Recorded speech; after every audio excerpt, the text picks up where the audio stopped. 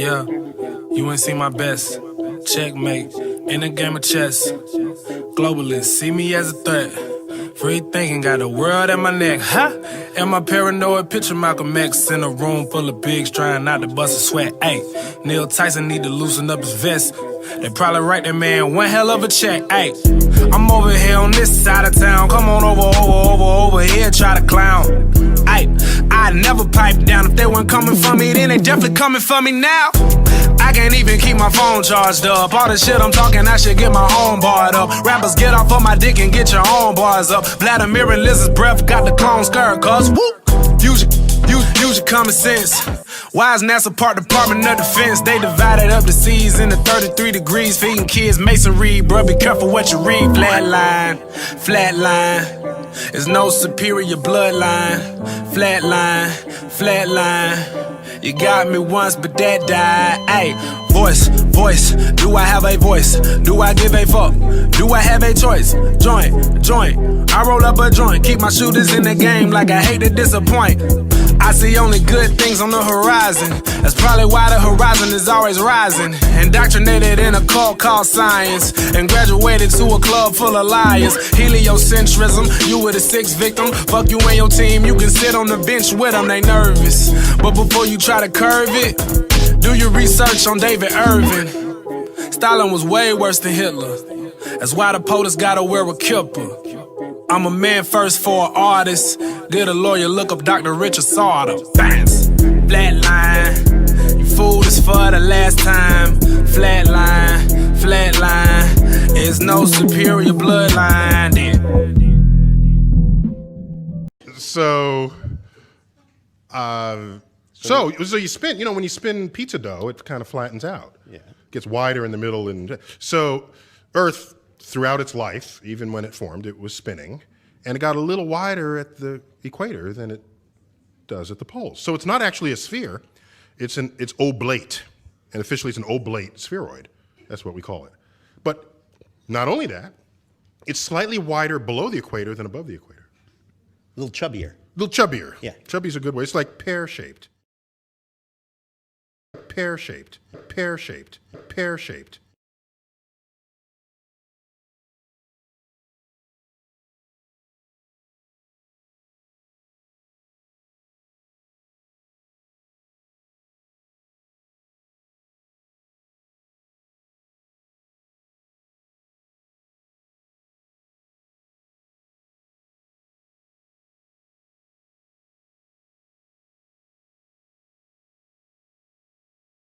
Van Allen belts, an area of dangerous radiation.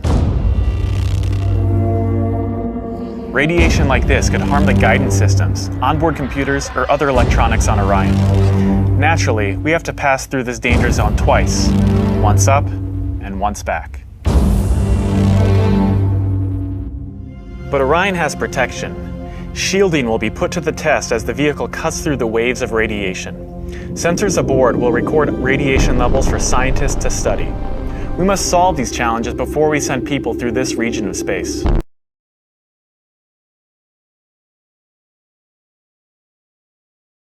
In order to survive the hour-and-a-half journey through this radiation field necessary to reach the moon and return, solid lead shielding between the astronauts and the exposure outside would be required. The mammoth Saturn V rocket used by Apollo was already 35 stories tall and weighed as much as a battleship. To add additional tonnage in the form of a lead barrier completely surrounding the crew members would have made it impossible for the vehicle to get off the ground. That is why the Soviets, though more advanced, only sent an unmanned probe to the moon. The element that seals their fate. Of all the footage of Apollo 11 requested from NASA over a 5-year period, one gem was discovered just before the completion of this documentary. An old reel received by mistake. It contains the raw or unedited footage of the crew of Apollo 11, Michael Collins, Edwin Aldrin Jr. and Neil Armstrong, staging part of their mission for nearly an hour in living color with exceptionally clear behind-the-scenes audio of conversations discussing the techniques used to achieve a disingenuous picture depicting the Earth at a distance, in order to falsely demonstrate their far journey from it and their ability to survive passing through the Van Allen radiation belts. It cannot be misconstrued that this staging was done for some other reason prior to the mission, for the reel itself is slated and dated July 18th, 19th and 20th, 1969, the very days of the mission when they were said to be approaching and achieving lunar orbit. Again, the illusion they are attempting to create is the Earth at a distance to demonstrate their far journey from it and their ability to survive passing through the Van Allen radiation belts. Understand, too, that only about 20 seconds of this raw footage was ever broadcast to the public, and these conversations discussing their deception were believed to be private, until now. Here they discuss the fact that they have turned out the lights and have blocked out sunlight from entering the spacecraft through the other windows as to not cause any reflected light to fall onto the spacecraft's wall in the foreground. Okay, very good. Well, we shut out the sun coming in some of the other windows into the spacecraft, so it's looking through the number one window, and there isn't any reflected light. The reason this was done is so that the truth of the matter would not be revealed. It is this. Though the federal government would have you believe that this is a view of Earth from a distance out of the spacecraft's window as it nears the moon, it is not. What they have ingeniously done is placed the camera at the back of the spacecraft and centered the lens on a circular window in the foreground, outside of which it is completely filled with the Earth in low orbit. The circumference of the window then appears to be the diameter of the Earth at a distance, with the darkened walls of the spacecraft appearing to be the blackness of space around it. That is why they wanted the interior dark and blocked out the sun from entering through the other windows. If the window was completely filled up with a TV camera, as he stated, then an astronaut's arm would not be able to get between the camera and the window, as it obviously does here in this outtake. South America becomes invisible just off beyond the terminator or inside the shadow. You can also notice how the astronaut operating the camera reacted to the mistake by attempting to pan away from it. Blue cast, see white bands of major cloud formations across the Earth. And the scene was being changed to that of an interior of the astronauts at work, and apparently the stop button popped back up on the recorder without notice. Here is the diffused work light that they used to see camera controls, but not throw light onto the spacecraft's wall. Here they remove part of the crescent insert.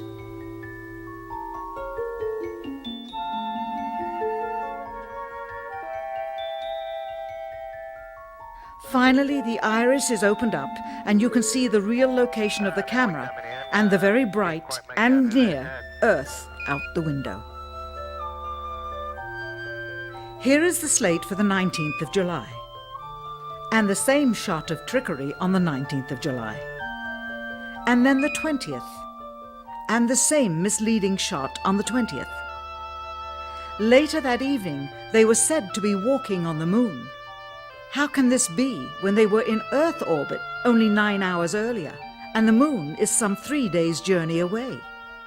Furthermore, if they genuinely went to the moon, why would they be faking any part of it? Why this trickery with the window? By faking being halfway to the moon, it becomes apparent that they did so because they could not even go halfway. It thus confirms that the stumbling block to their success was the lethal radiation of the Van Allen radiation belts.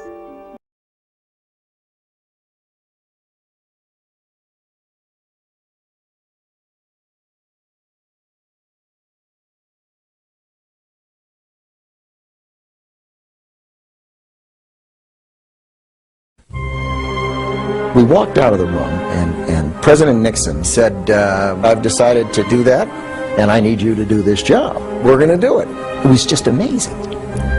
So we were trying to figure out who would do what when. He simply has got to have the person he wants in that job. And it has to be someone who's capable of doing it, and it has to be somebody he knows well. I said, I'd like to talk to one person. And he said, who? Donald Rumsfeld was the first to propose Stanley Kubrick. The film would have to be perfect, but the set could never be built in time. The filming of 2001: A Space Odyssey was drawing to a close in a suburb of London. Why not use the sets there? Rumsfeld was sure that Kubrick would not refuse.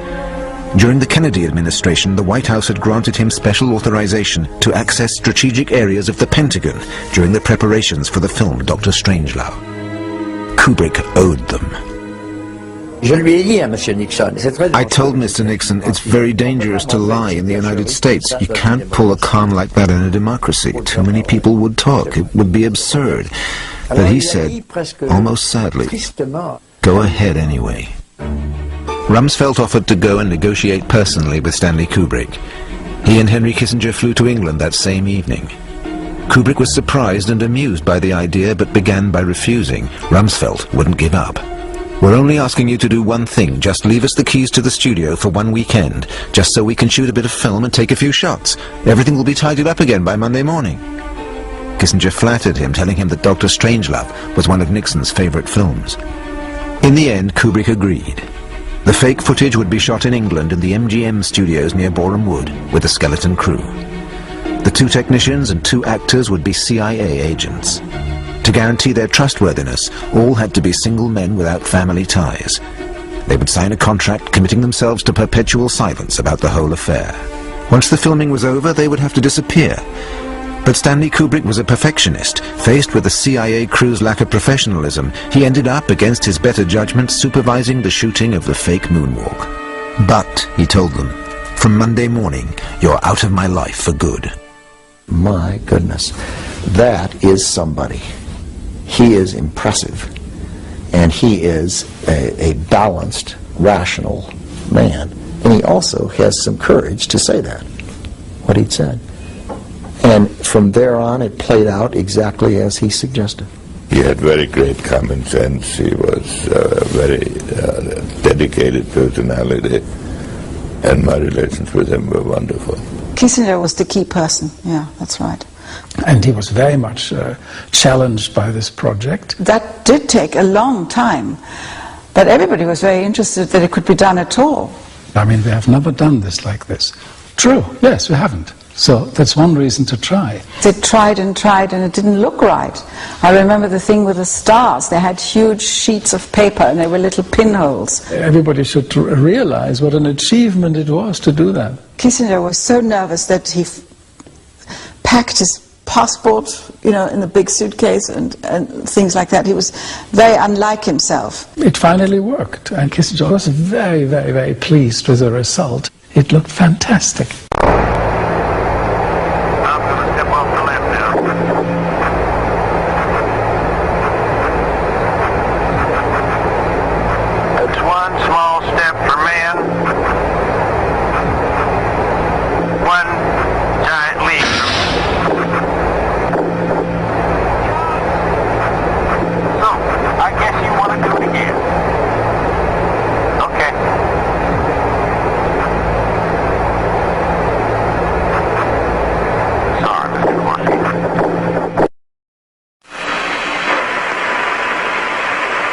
One small step for man, one giant leap for mankind. Oh, that looks beautiful from radio.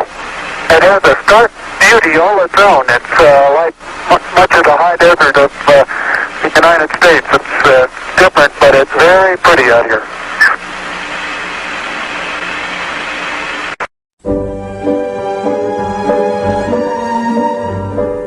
Henry Kissinger, Donald Rumsfeld, the White House and the CIA had promised Stanley Kubrick he would never hear from them again. They kept their word. But 5 years after the fake footage had been shot, Kubrick was imprudent enough to contact the White House and then NASA to ask to borrow a special lens for the filming of Barry Lyndon. NASA agreed in exchange for services rendered, or perhaps it capitulated to the barely veiled threat of revelations about Armstrong and Aldrin's first steps on the moon. Nixon had resigned following Watergate, but his successor, urged on by the CIA's new director, got the machine up and running again. After all, Stanley Kubrick was the last direct witness of the hoax still living. His telephone was bugged and his mail was intercepted. Kubrick decided to disappear. He made all his films on or near his property, whether the setting was Vietnam or New York. He locked himself away with his wife and children, and never went out again until his death. He was accusing Nixon of colluding with the CIA to have him assassinated. He would try to think what they would do and how the troops would go in and at what point and how long it would take. He was very accurate.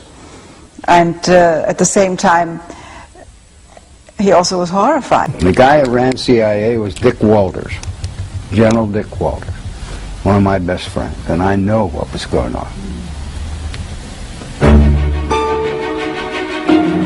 Only General Walters could reveal the whole truth about this. The whole truth about what? Listen to me now and believe me, because I'm going to tell you the truth. I'm positive that Mr. Nixon knew nothing in advance. Helms's deputy said to him, "I don't know what's going to happen, but whatever goes down will be with you till the end." That was 6 months before. When the people who did it were trapped, they hurried to Nixon to say, "Protect us." Instead, and I said this to Mr. Nixon, and he agreed with me when I told him, General Walters was willing to go on talking, but in private, without being filmed. The elimination of all those who'd taken part in the filming, and he insisted on the word all, was still too sensitive a subject. Before tackling the subject of Stanley Kubrick's sudden demise, he asked us to switch off our camera, which we half did. Are you still filming? Because this could mean people's lives. General Walters, visibly disturbed, suggested carrying on our conversation the following day, but he died suddenly during the night of a stroke. He had agreed to break one of the CIA's explicit rules, that of silence and anonymity. Vernon Walters' death only warranted a few lines in Libération, but the New York Herald Tribune devoted a long article to him. Part of it read, General Walters' last known public appearance was on a French television documentary in which he talked about the White House's involvement with the Apollo program in the late 1960s. Both the producer and the director noted that Walters was in perfect shape.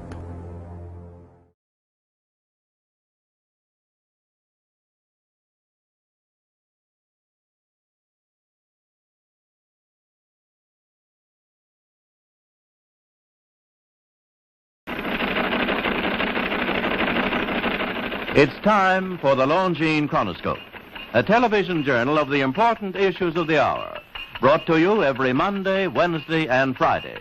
A presentation of the Longines Wittnauer Watch Company, maker of Longines, the world's most honored watch, and Wittnauer, distinguished companion to the world-honored Longines. Good evening, this is Frank Knight. May I introduce our co-editors for this edition of the Longines Chronoscope? Larry Lasser, CBS News correspondent, and Kenneth Crawford, National Affairs Editor of Newsweek magazine. Our very distinguished guest for this evening is Admiral Richard E. Byrd. The North Pole used to be a no-man's land, but these are the days when, by buying a ticket on a commercial airliner, you can fly across the North Pole and drink a cocktail at the same time. You know, only 70 or more years ago, about 35 years ago, our guest tonight found out whether there was any land north of the North American continent. He made that first discovery flight, and I must say that Admiral Byrd, our guest tonight, is not only our greatest living explorer, but he's been an inspiration to countless Americans. Admiral Byrd, you've been to both the North Pole and the South Pole. Is there any unexplored land left on this earth that might appeal to adventurous young Americans? Yes, there is. And not up around the North Pole, because it's getting crowded up there now, because they find out it's really usable, not only to live in, but militarily. But strangely enough, there's left in the world today an area as big as the United States that's never been seen by a human being. And that's beyond the pole, on the other side of the South Pole, from Middle America. And I think it's quite astonishing that there should be an area as big as that unexplored. That's a tremendous So challenge. there's a lot of adventure left down at the bottom of the world. Well, Admiral, do you hope to see that? I do. Well, Admiral, Yes. would you say that since you've been to both the extremities of Earth, are these expeditions to such far-off places, are they getting easier because of modern techniques, or is danger still close at hand? Well, it's a little risky, but nothing like it used to be with the old slow planes and the small cruising radius where we had to put down bases. We replaced the dog teams, and of course that was a big improvement. But now the planes go much faster and they're safer and they have a much bigger cruising radius. You haven't got the danger of a terribly heavy load. Admiral, an expedition to which I believe you're the advisor is now en route. What is that expedition doing? Well, that's the icebreaker Atka, and it's a reconnaissance expedition. It's going down to the South Pole area to make certain observations and to look for some bases. They will be back in April, and they will report back, and upon the information we get from that undertaking, we will base the bigger expedition that's to follow. Is that very definitely planned, or is that... That is being planned right now. So I'm willing to say to you that there will be a number of expeditions that will follow, I think, year after year, at the bottom of the world, because the government has really become interested. Well, Admiral Byrd, I can understand, I think everybody can, the interest in the North Pole because it's so near our greatest challenger, Soviet Russia, but why this interest in the bottom of the world? Nobody living down there, is there? No, it's pretty cold. There's only one permanent resident, that's the emperor penguin. The little ones live further north. I tell you one reason they're interested. It's by far the most valuable, important place left in the world for science. That's why the scientific groups all over the nation are really interested. But more important than that, it has to do with the future of the nation, those to come after us, or even during your lifetime. Because it happens to be an untouched reservoir of natural resources. And, you know, as the world shrinks with an ever-increasing acceleration, far-flung places, once useless, like we thought the North Pole was, and no man's land, become very useful. The bottom of the world will be important, not only to us, but to our allies.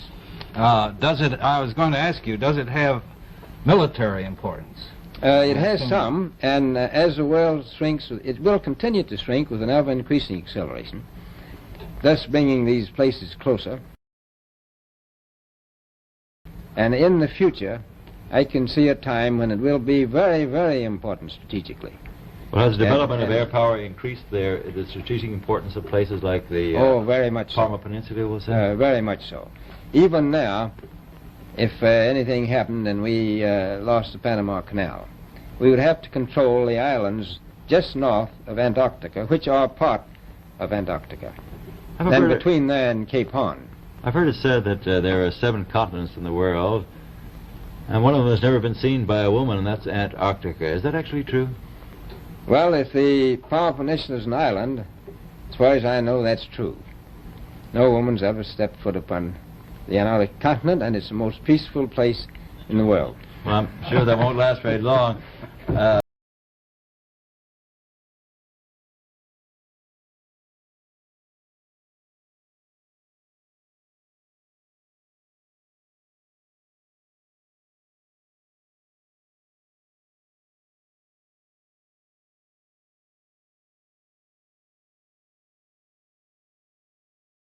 You speak of the resources of Antarctica. What are they? What are the natural resources there?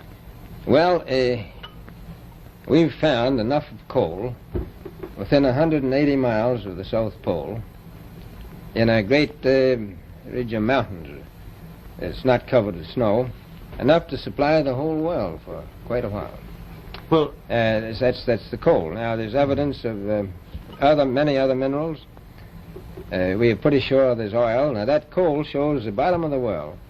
Now, by far, the coldest spot in the world. Where that coal is gets 100 below zero in the winter. Well, it was once tropical. So we think there's oil there, and there's evidence, probably uranium there.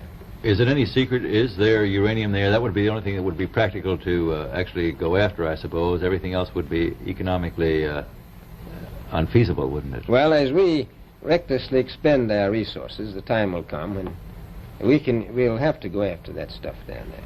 Well, you know, I avoided what you said about uranium. I'm not sure about that. I don't want to have the world fight over the Antarctic. And Robert, is there a competition among other nations to try to get information about Antarctica and possibly to secure some of these resources? Well, yes. There are now 7 nations very much interested. Russia is interested tremendously. That I'm sure of. Australia has an expedition down there. The Argentine, the Chile, New Zealand, Britain, and so on. Now, you can understand those people down there being interested because they live down there, the New Zealanders, the Argentinians, the Chileans, and Australians. And so we don't do much about claiming anything. Admiral, you make this sound a little crowded. Are there that many expeditions now there or en route there? Well, you know, as I said, it's the most peaceful place in the world, but I don't think it will be for long because of this intense interest on the part of other nations and this nation. Well, Admiral Byrd, are private expeditions a thing of the past? Is expedition and exploration, making expedition and exploration now purely a government function because of the tremendous cost and organization? No, I don't think so. I think down south it may be more or less a thing of the past, but not other expeditions that go there. A lot of them go north now. This latest expedition now on the way is a government expedition, I take it? Yes, that's the government. However, may I ask you, is there a great difference between the top of the world and the bottom of the world? There is. Now, the North Pole is the center of an ocean 10,000 feet deep. The South Pole, the center of a plateau, 10,000 feet high. The North Polar Sea is surrounded by continents that are slightly frozen. The Antarctic continent is surrounded by a belt of ice, frozen seas of at least 1,200 miles thick. Now, the south is a plateau. It gets, in some places, 14,000 feet up. I've been over areas about 13,000. And it's a little bit chilly up there. So there's that big difference between the top and bottom of the world. The North really isn't very cold up there on the Arctic Ocean. Not compared to the South. Admiral Byrd, we often hear it said that our young Americans now aren't as hardy as their forefathers. Do you think that Americans do measure up to the standards, the physical standards and morale standards of the past? I do. I don't believe that. I think they're just as hardy. Well, what would you say was the most valuable factor on an expedition? Is it morale, or physical courage, or is it sheer equipment? Well, I've always thought that loyalty was by far the most important trait. The British told me that when I first went down in 28 that I couldn't possibly get through the winter night without a mutiny if I took more than 20 men. But to serve science, I had to take 42 men. Then I took 56 the next time, and so on. So, and I did find that loyalty was the most important thing during the winter night when it's very hard on your nerves. I think that's trait. Well, that's a very valuable characteristic at any time. Well, thank you very much, Admiral Byrd. It's been a great pleasure to have you here tonight. It's a pleasure to be with you.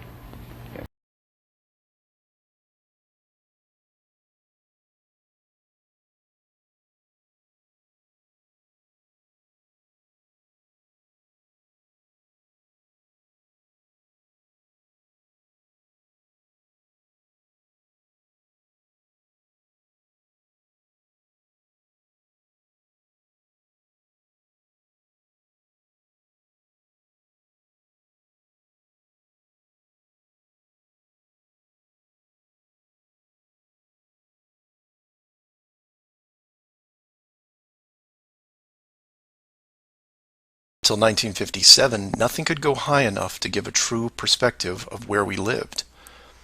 And that's when everything got strange.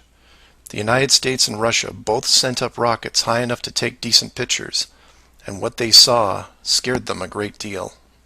How do we know they were extremely concerned about the sky? Because the US and Russia immediately started firing nuclear weapons straight up, and they kept firing for the next 4 years. A few things to keep in mind here.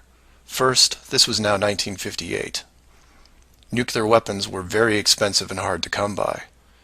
These also weren't those nominal yield 20 kiloton toys we used on Hiroshima.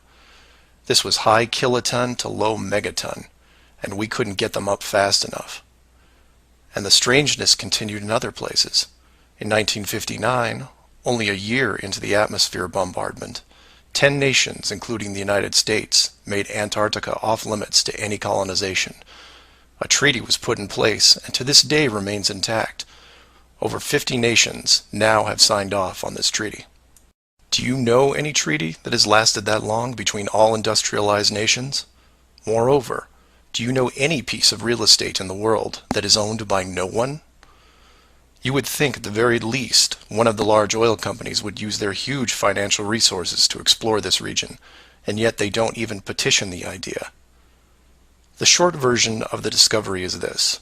By 1958, the military had discovered the very solid upper and outer edges of our world, and had to create a way to put up do not enter signs without looking obvious.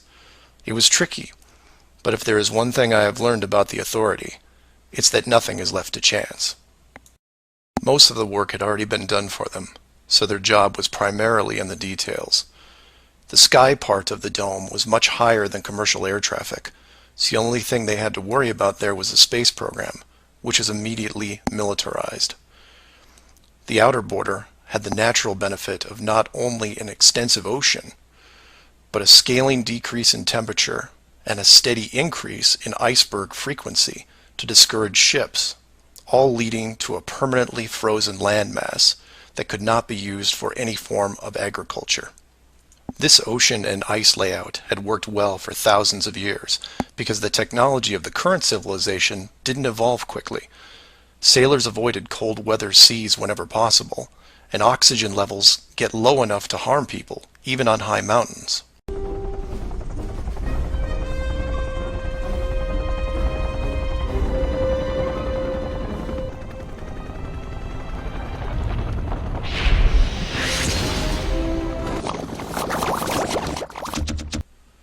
Matt from the NASA channel was right in his thinking that you needed the moon mission event to stage a picture of the Earth from deep orbit, and that couldn't be more true. Establishing NASA as the frontrunner of space exploration also diverted people who would have otherwise created their own space companies for profit.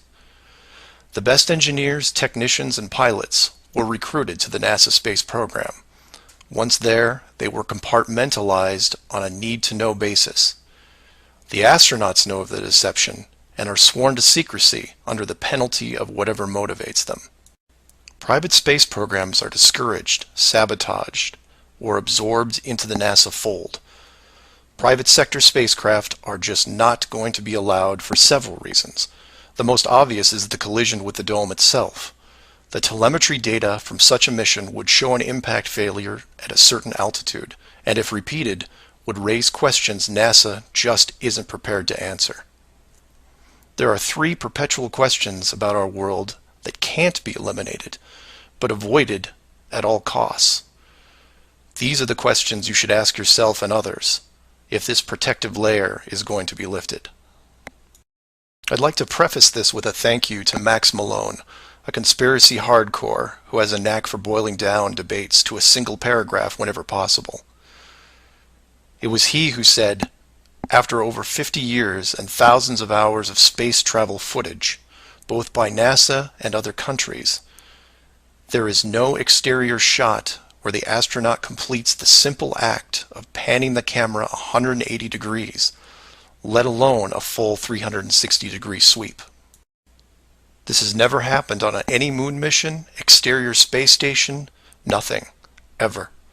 Statistics will tell you that this would have already happened by accident years ago, but it hasn't, and it won't. This is because of the rule they cannot break, the same rule that applies to television set shows that never show the fourth wall. Why? because there is no fourth wall. Number 2. When you search online for pictures of the Earth from space, 95% of what you will see is a collection of artificial composite shots. In 2000, when I did this search, there was exactly one picture by NASA showing the bottom part of Africa and Antarctica. Now that picture is hidden within hundreds of simulated images. There are HD cameras everywhere, and no one is taking a shot of the Earth, because you can't get enough altitude to do it. Number 3. The commercial air travel routes for the southern hemisphere are wrong. This is an easy thing you can check out in 60 seconds. Take a map reading of the distance between anywhere near Australia and anywhere in South America. It's a straight shot across the South Pacific. Now find your favorite travel site and try to get there non-stop. See what happens. The routes start turning ridiculous. I used to business travel for years, and I've never seen anything like it. It's the one thing in the general public world they can't hide, the actual distance between these two places. On a round world, the flight is easy, just a straight shot across an ocean. But on a flat world, it becomes the greatest distance between 2 points. There are no shortcuts, so they distract you with multiple connections and layovers. It's only blind luck that the United States was in the northern hemisphere. Otherwise, the increased traffic would have raised eyebrows by now. I know. It's madness. It's lunacy. There are people who will tell you straight to your face that all the leaders of the world are lizards, and yet these people laugh out loud when you say the words flat Earth.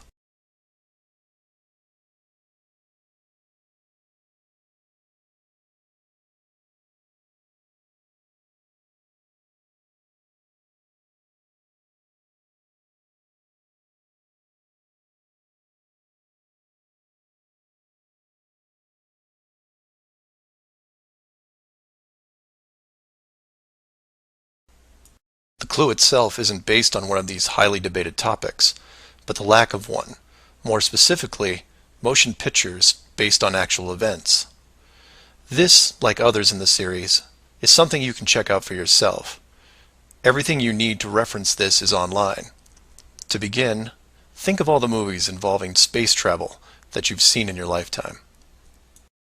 You'll start with the obvious: Star Wars, Star Trek, Alien, just to name a few.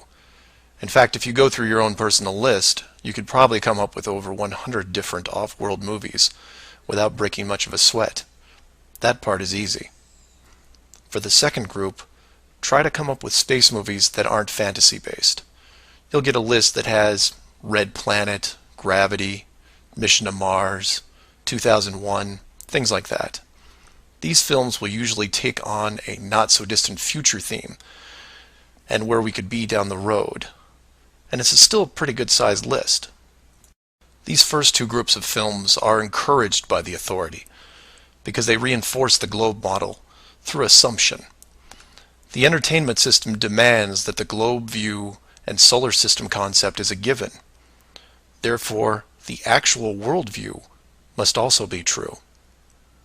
Or to put it another way, if you're using your suspension of disbelief as you watch a movie like, say, Gravity, then subconsciously you're reinforcing the movie right on top of the real world. The more of these movies you watch and enjoy, the more the lines blur between what you want to believe and what you actually know. Watch enough movies about Mars, and you will be less astonished when NASA announces an actual mission to Mars. Same with the Moon, other solar systems, and so on. Releasing the movie 2001: A Space Odyssey in 1968, right before the actual moon missions, was no accident.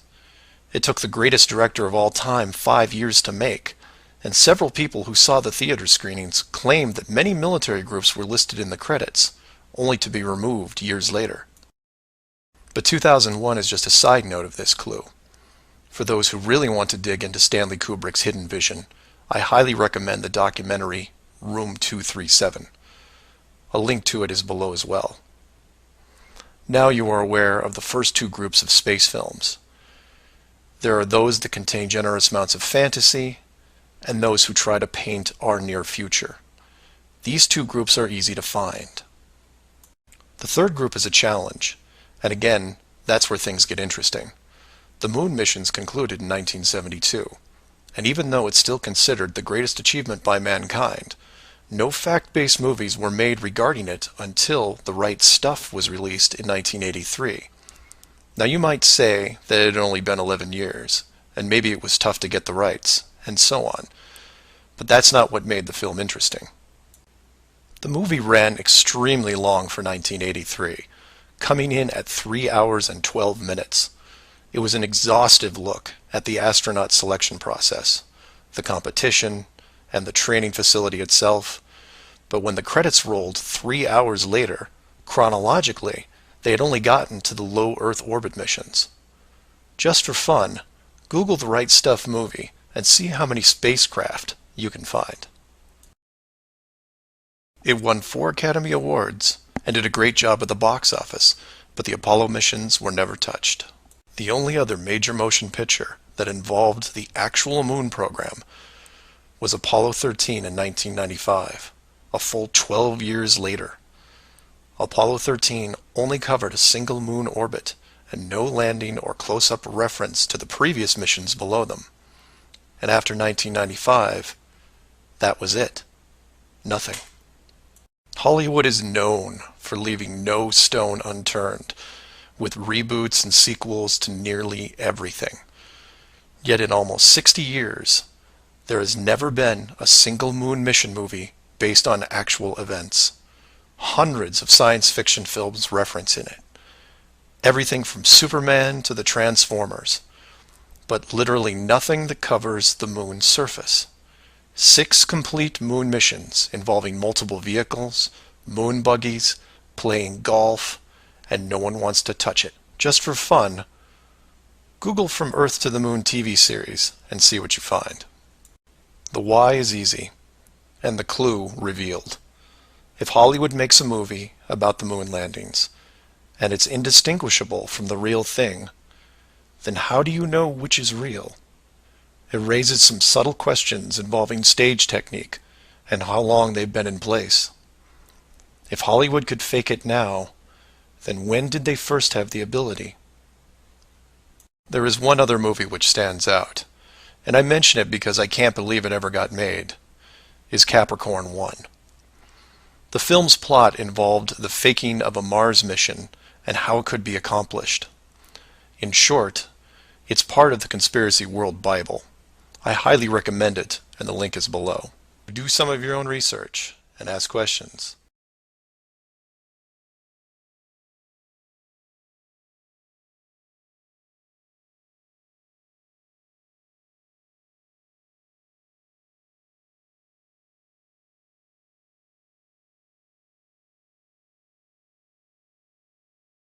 Did you know about this? Last summer's #1 show returns onto the dome. Do you know how to fly those? Absolutely. Do you get to fly to the edge? Oh, yeah. What's past there? Don't know. We're not allowed to fly past that. Let's go. It's against the rules, Jonas. Who are you? The giver. When the elders need guidance, I provide wisdom using memories of the past. Our world was different. There was more. More? Much more. There is no way for me to prepare you for the truth.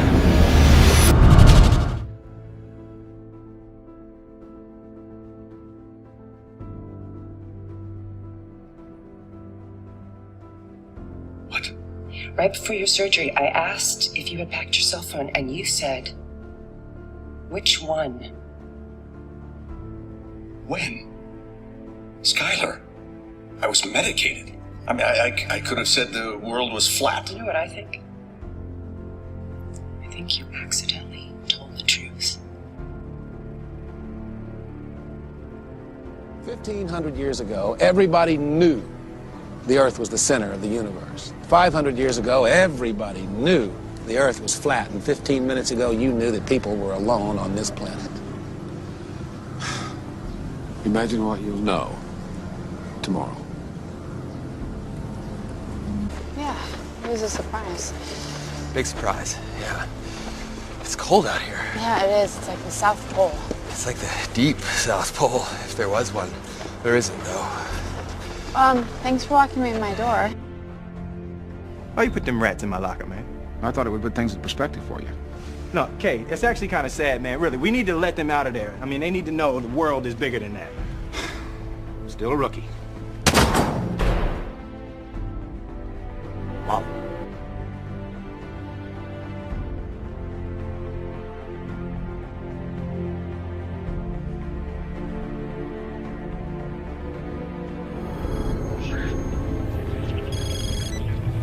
Douglas. Yeah, Look, I can explain. I know the truth. Where are you? You could call it the end of the world.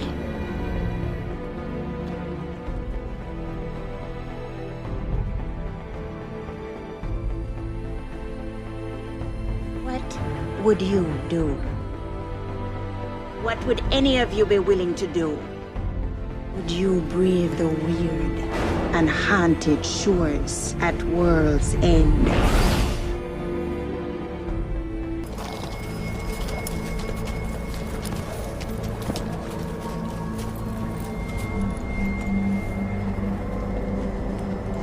Welcome.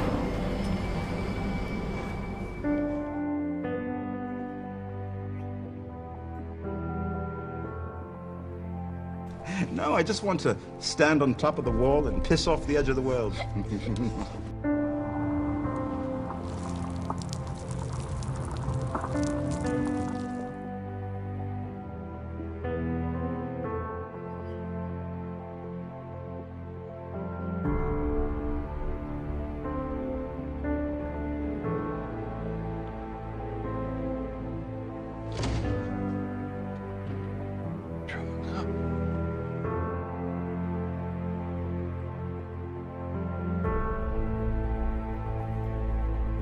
But remember, Nick, you were the one who came looking for me. So you might want to ask yourself, did I find what I was looking for?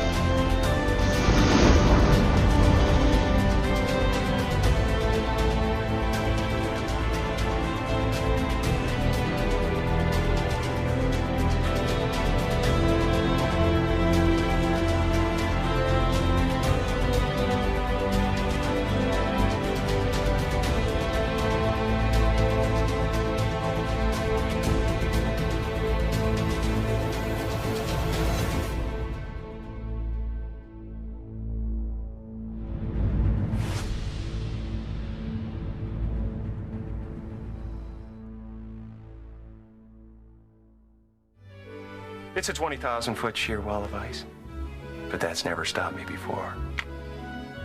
Risk? Of course I'm aware of the risks. Thank you for your concern.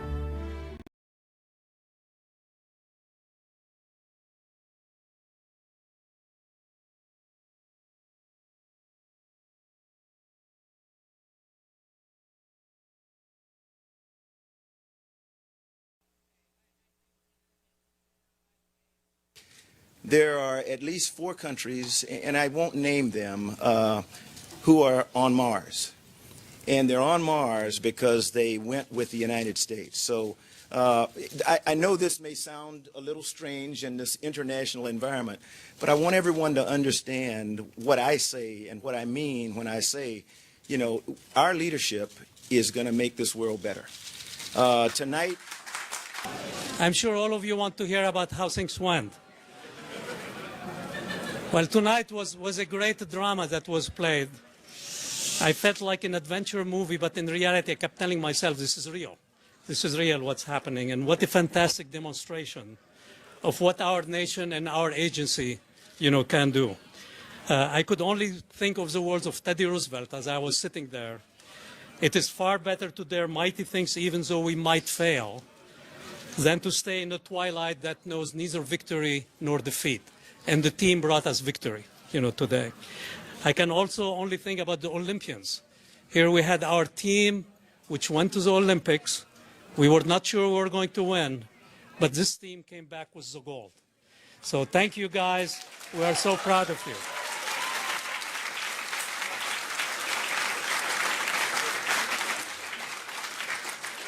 And just think what an inspiration to the young people in the world.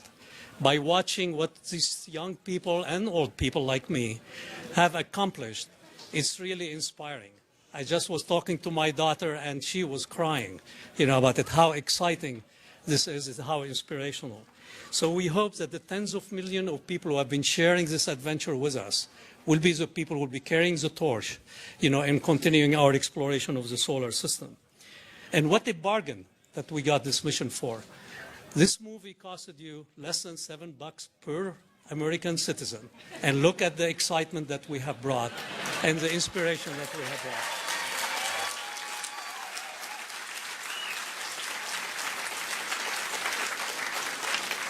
And tonight we just did the landing. Tomorrow we're going to start exploring Mars. And next week, and next month, and next year, we'll be bringing new discovery every day, every week to all of you. And we are going to continue not only exploring Mars, but exploring the solar system and exploring the universe, because our curiosity has no limit. I'm sure all of you want to hear about how things went. Well, tonight was a great drama that was played. I felt like an adventure movie, but in reality, I kept telling myself, this is real. This is real, what's happening, and what a fantastic demonstration. And congratulations to all of you again.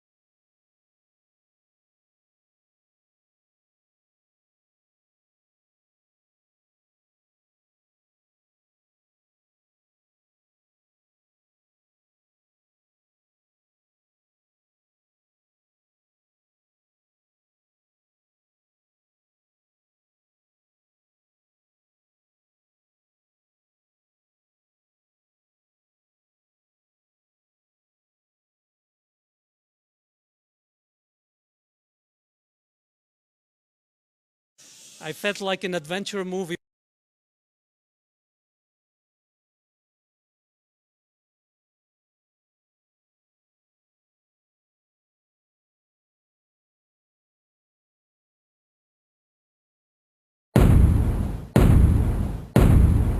And just think what an inspiration to the young people in the world.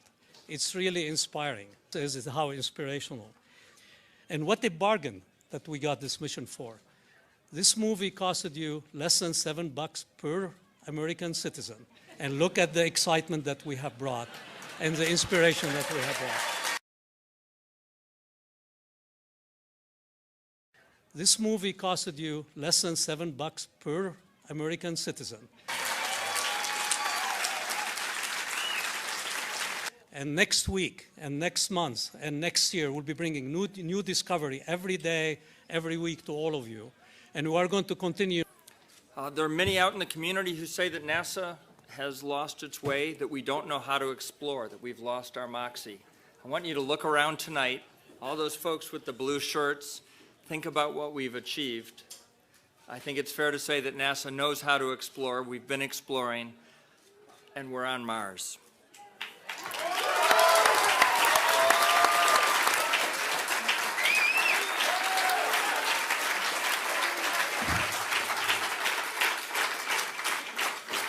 And the rover is made in the USA.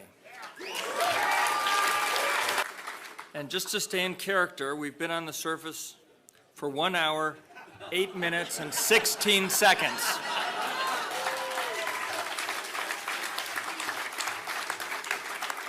And certainly for the 7 minutes of terror, has started to weave, an unbelievable story.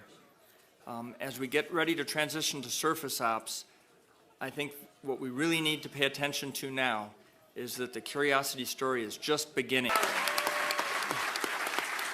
And is that Mount Sharp, or what can I see there, and all kinds of stuff. And so he's got the keys pretty soon. Not quite yet, but pretty soon he'll have the keys. Yeah, and then here, Dr. Stelzner is been the father and the mother and everything in between of the landing system we've built. So.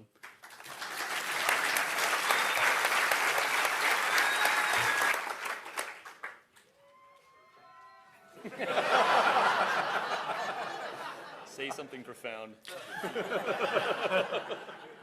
I am terribly humbled by this experience. I, forever, secretly, have felt that I do not deserve to be in the position of leading the team that I lead, because they are certainly in sum and largely by count of individual more capable than I. Soup to nuts.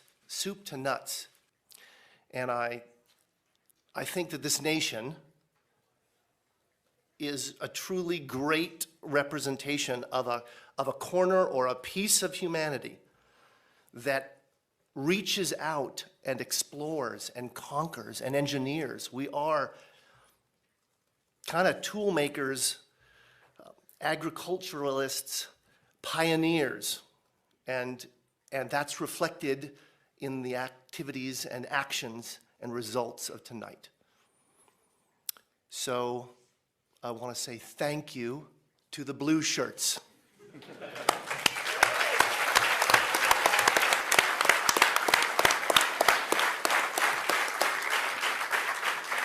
Certainly this beautiful theater of tonight, the drama of us all being able to experience it together, unrivaled in the experience for all of us. And with that, really, I have nothing more to say. That picture says it all for me. Adam, tell us about the landing. All right, Greg. I can't tell you too much about it. I mean, it looks good. I'm being a little flip. In short, it looked extremely clean. We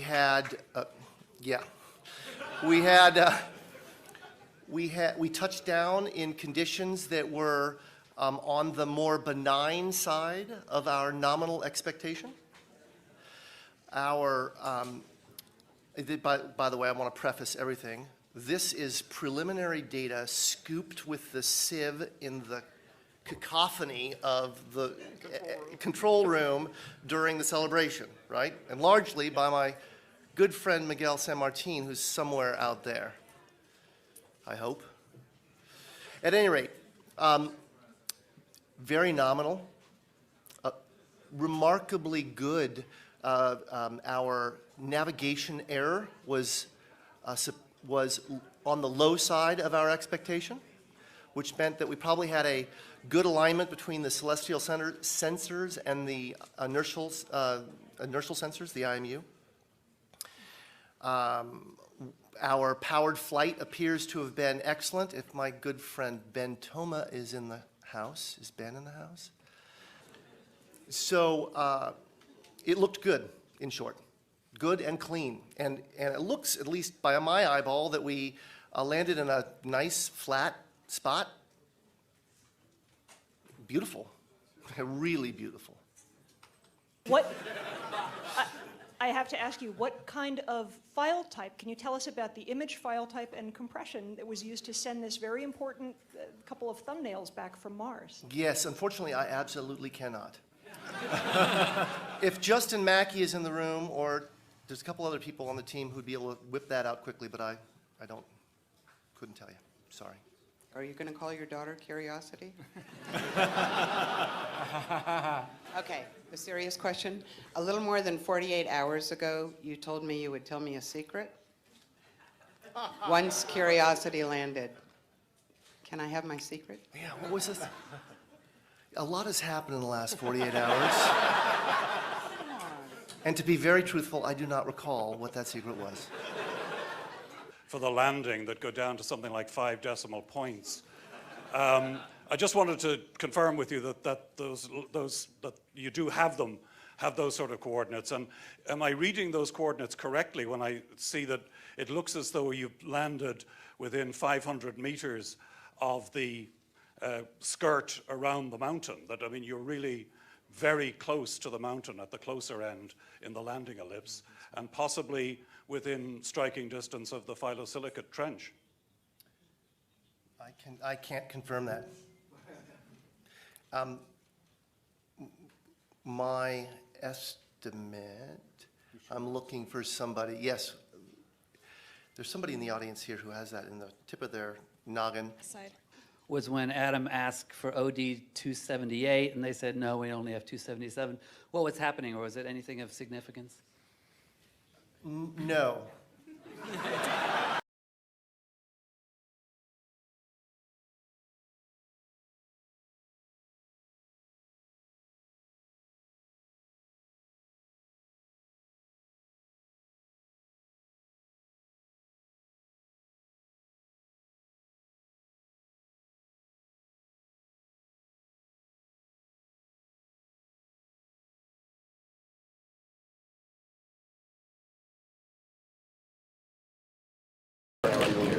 Hello. Been here once before. Nice to meet you. Good. How are you? Pleasure to meet you, sir. Welcome to MCC. Thank you. Hello. Been here once before.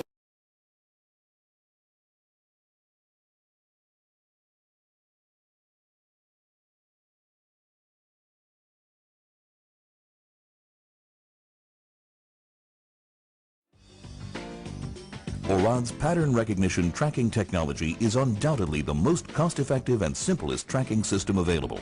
Based on proprietary algorithms developed by ORAD, the system extracts camera position, orientation, and field of view from the video signal itself. Therefore, installation and setup is extremely easy and quick. Similar in nature to barcode technology, ORAD's pattern recognition tracking system utilizes traditional blue or green screen chroma key techniques. By adding grid lines of a similar blue or green hue onto the backdrop, the system recognizes and processes the overlaid information by reading the video signal. However, these grid lines are unseen in the compositing stage during the chroma key process. ORAD's X-Sync infrared tracking system is the most advanced tracking technology for virtual sets that provides unmatched performance and accuracy. X-Sync opens new dimensions for virtual sets, as no longer does the camera need to remain fixed to its position. With X-Sync, cameras can be mounted to pedestals, handheld, or mounted to a crane and freely move within the studio. X-Sync gives 360 degrees shooting range and support multi-camera production. Okay, let me try and give you a demonstration of water and just how it will form a sphere, and the surface tension and of course the intermolecular forces in the water causing it to form that sphere up here on the space station. Hello. Been here once before. Station.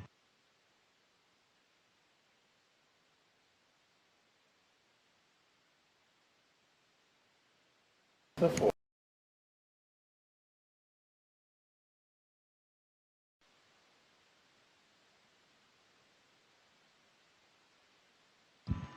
And hopefully you can see there that how water behaves, which also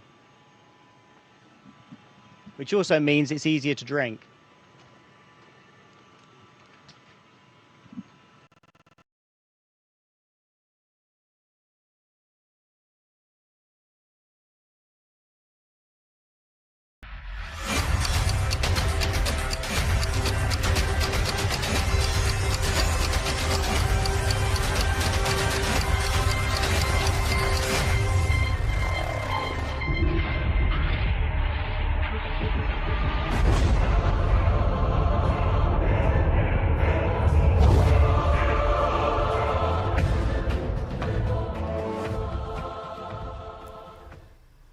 What's going on, everyone? It's Jaronism, back with another video for you today. Toto, I have a feeling we're not in Kansas anymore. Watch this video. Hopefully I can show you how we feel, how it looks from our end. But again, don't trust me. Do your own research. You need to find your own truth. Think about it for 10 minutes. Research it for an hour, maybe even 2. And if you still feel like I deserve your hate and your deeply ingrained anger, well, so be it.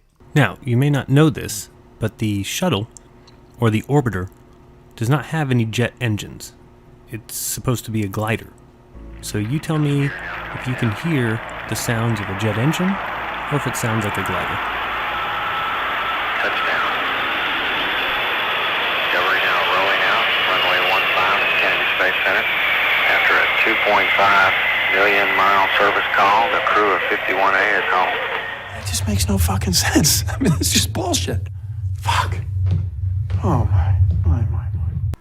Now remember, there is no sound in space. Yes, it could vibrate through your suit and into your microphone, but watch this clip and tell me if you think that we can hear sounds in space. Space.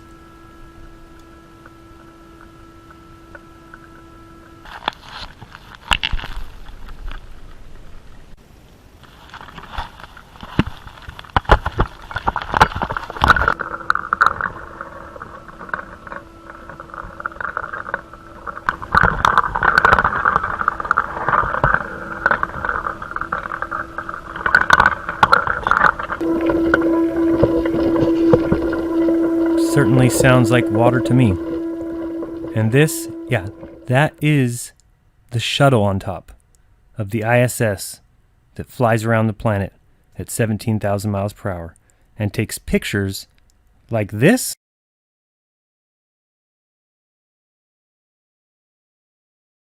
I don't think so, Tim. So what everyone needs to realize here is that we're being tricked by a fisheye lens. It takes what we see with our own eyes and distorts it into a ball.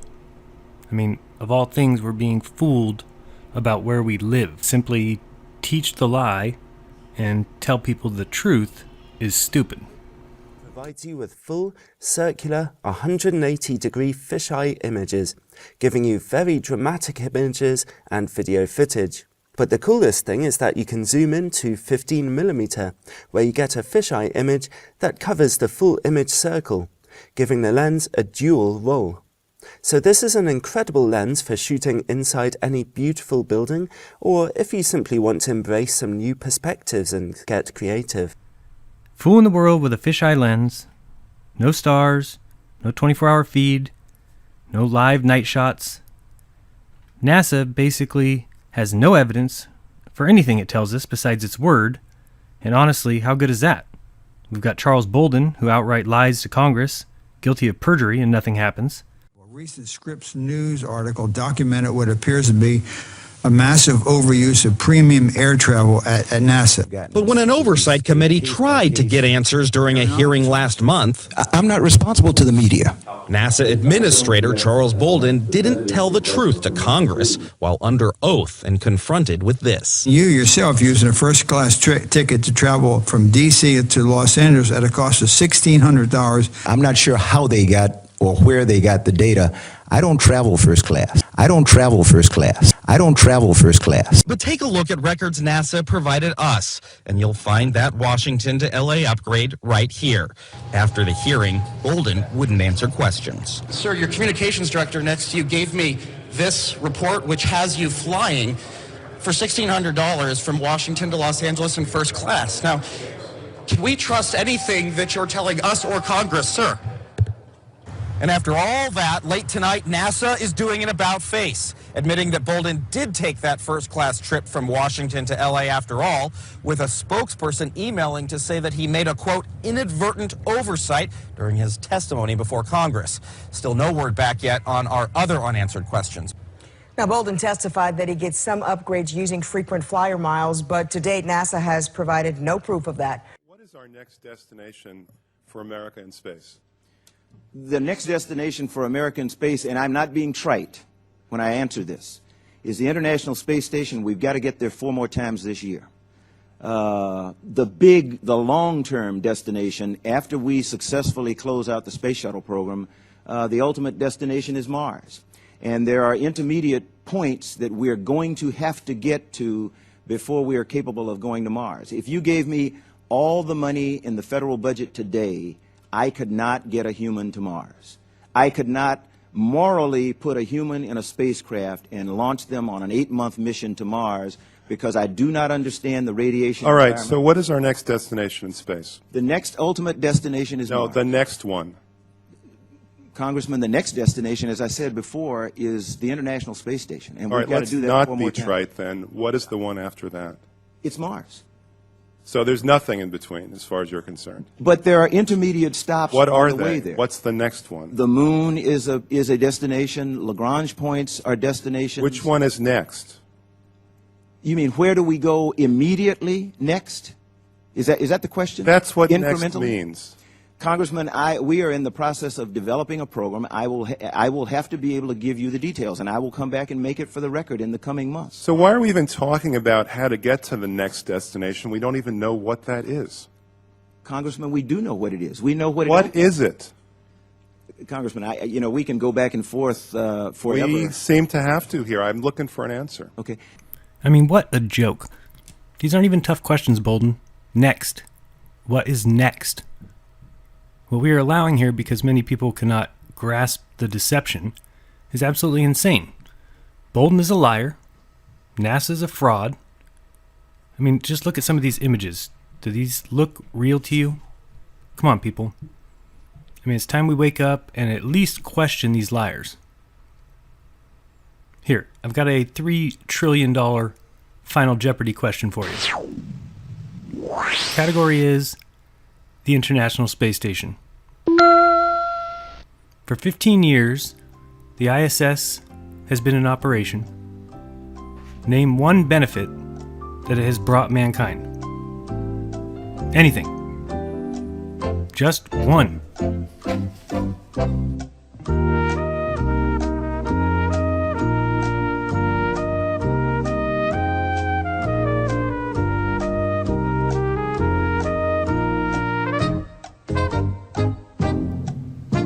All right, pens down. Let's see how Jaron did. I've always liked that guy. He said, what is absolutely zero? That is correct. NASA is a total fraud, a total hoax, a rich man's trick, black budget thieves who are faking space. Mr. Aldrin, I always wanted to ask you this. We saw the photos, the little Masonic flag to the moon and some of the names of the missions and the numerology. Is there anything to that, or what is the Masonic influence? We know there's a Masonic influence in the founding of the country.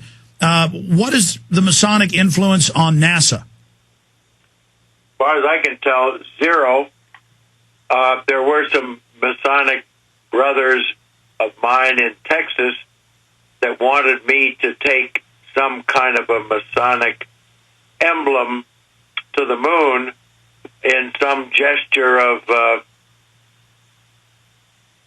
I don't know what it would be a gesture of, but I told them that it was not within my my authority to do such a thing. Well, what do you know? Once a liar, always a liar. Thanks, Buzz. We're looking at the letter here you wrote the Grand Master of how honored you were to take the flag to the moon. Clown. It's pretty simple. We've been fooled. So, before you curse me out, just think. To those of us who see what's going on here, it's killing us that you don't. So if you won't listen to me, listen to George Carlin. Because you do know, folks, you do know, living in this country, you know that every time you're exposed to advertising, you realize once again that America's leading industry, America's most profitable business is still the manufacture, packaging, distribution, and marketing of bullshit. High quality, grade A, prime cut, pure American bullshit. And the sad part is, most people seem indoctrinated to believe that bullshit only comes from certain places, certain sources. Advertising, politics, salesmen, not true. Bullshit is everywhere. Bullshit is rampant. Parents are full of shit, teachers are full of shit, clergymen are full of shit, and law enforcement people are full of shit. This entire country is completely full of shit, and always has been. From the Declaration of Independence to the Constitution to the Star-Spangled Banner, it's really nothing more than one big steaming pile of red, white, and blue all-American bullshit. Because think of how we started. Think of that. This country was founded by a group of slave owners who told us all men are created equal. Oh yeah, all men, except for Indians and niggers and women, right? Always like to use that authentic American language. This was a small group of unelected white male land-holding slave owners who also suggested their class be the only one allowed to vote. Now that is what's known as being stunningly and embarrassingly full of shit. And I think Americans really show their ignorance when they say they want their politicians to be honest. What are these fucking cretins talking about? If honesty were suddenly introduced into American life, the whole system would collapse. No one would know what to do. Honesty would fuck this country up. Air Force balloonist Captain Joseph Kittinger, Jr. is laced into an elaborate pressure suit in preparation for a daring ascent into the stratosphere. Kittinger, who weighs 150 pounds, packs 155 pounds of suit and equipment. The scientific goals of Kittinger's ascent are to test a new 6-foot stabilizer parachute designed to keep an ultra-high altitude jumper from spinning and blacking out before he can open the main chute. The balloon reaches a height of 19.5 miles.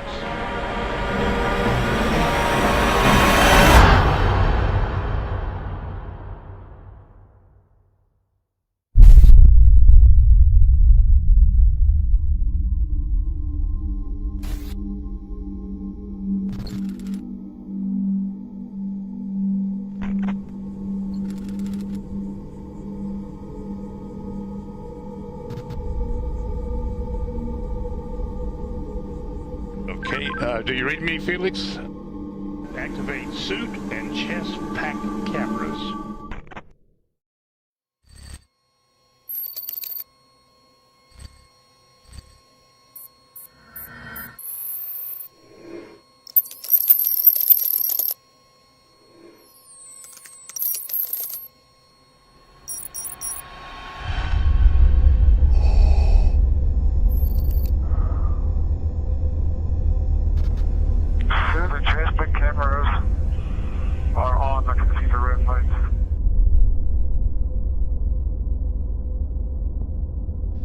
Felix, disconnect the oxygen hose. Roger.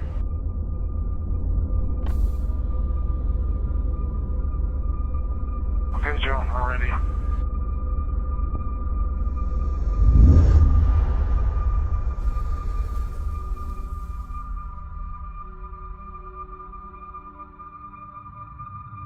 There it is. There's the world out there.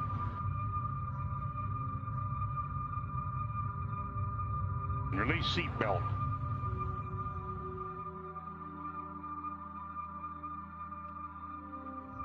All right, stand up on the exterior step. Keep your head down, and our guardian angel will take care of you. I'm doing it now.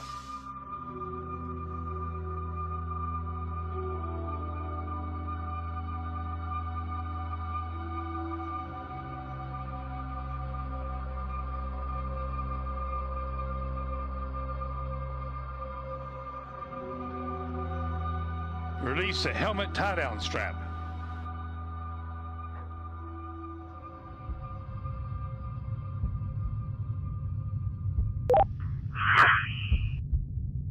let's see what I can see. Sometimes you have to get up really high. The smaller you are. I'm going home now.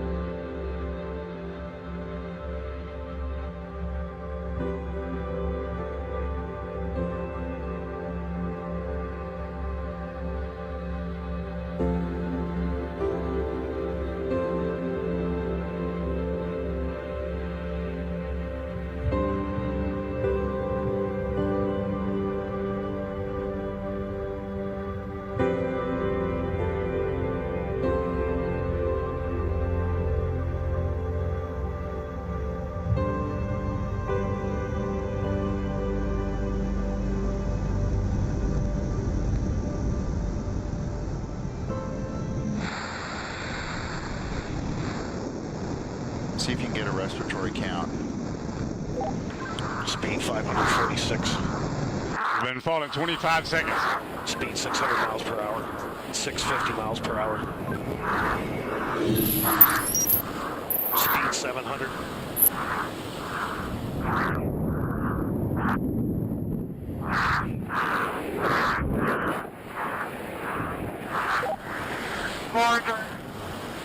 David, you calling me? Can anybody understand him? 1 minute. 1 minute free fall. Crazy. I have been following speed for a long time. Sounds like I had to pass out.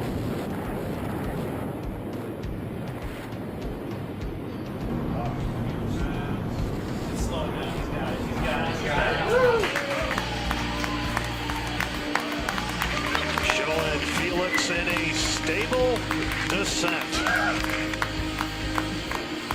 1 minute, 30 seconds, and stable as a rock.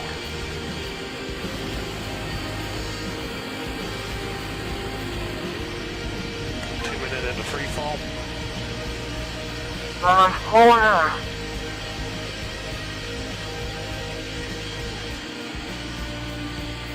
Felix, you're really stable. Doors open, door stop is engaged. Okay, item 26, move seat to the rear of capsule.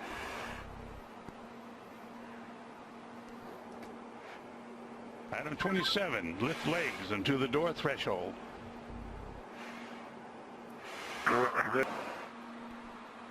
Okay, item 29, release seat belt.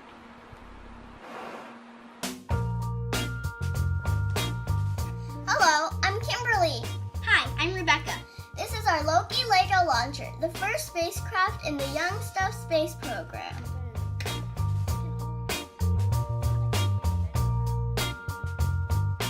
Our goal was to build a spacecraft and launch it into space. Or at least as close to space as we could get. We bought several items from an awesome website called High Altitude Science, including a weather balloon, parachute, and flight computer. Our first version of our spacecraft was made out of PVC pipes, but that was too heavy. So we redesigned it to use arrow shafts from some of my bent archery arrows, which were much lighter.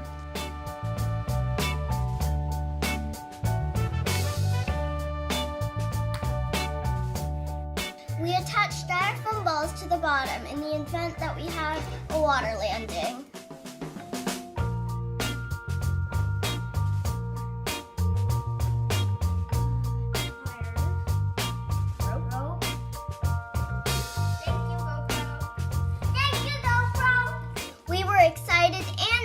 space when we were getting ready for launch day, we took a long time trying to find a good launch site.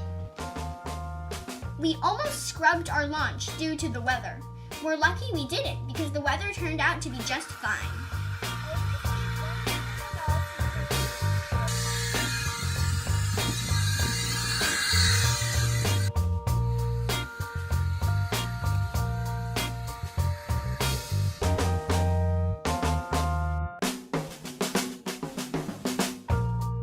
Thanks to GoPro, we had 2 cameras on our spacecraft. One pointed sideways and one pointed up. We were going to point one down, but at the last minute we changed our minds and pointed it up, hoping to film the balloon bursting. Unfortunately, our battery ran out before then.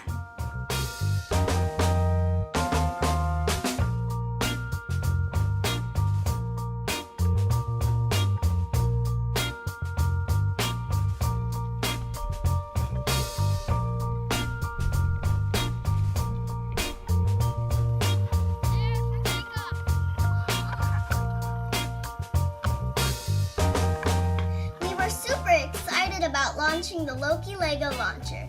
We had worked on it for weeks, and finally, the big moment was here.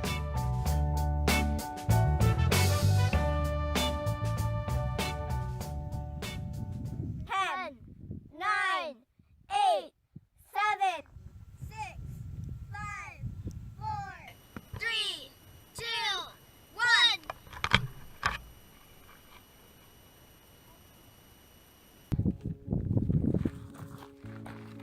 Oh, wow.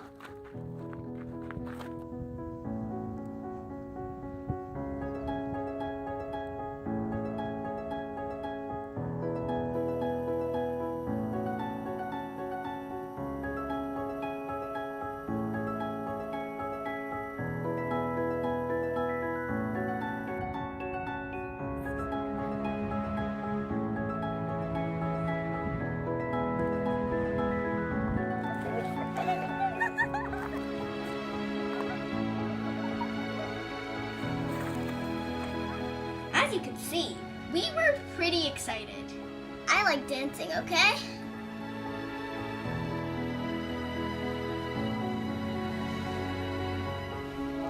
We call it the Loki Lego launcher because Loki is our cat, and we were going to send Lego Hagrid into space, but decided to go with Lego R2-D2 instead.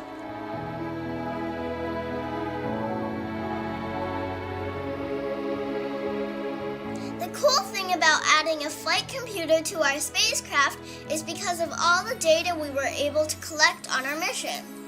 One thing we learned was that the balloon ascended at a very constant rate. Another thing we learned is that it got really cold as the balloon went higher. However, as the balloon ascended past 30,000 feet, the temperature actually started going up instead of down. This is because we were leaving the troposphere and getting into the stratosphere.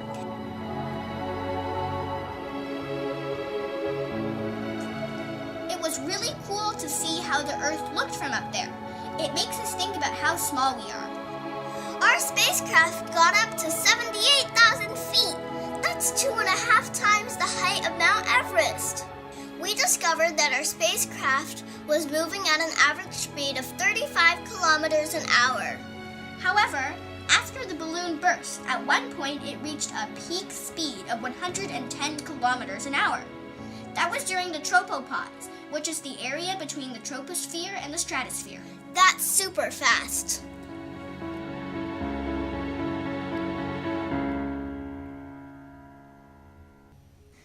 When we were on the ground, we were waiting for regular updates from our Spot Trace satellite GPS device.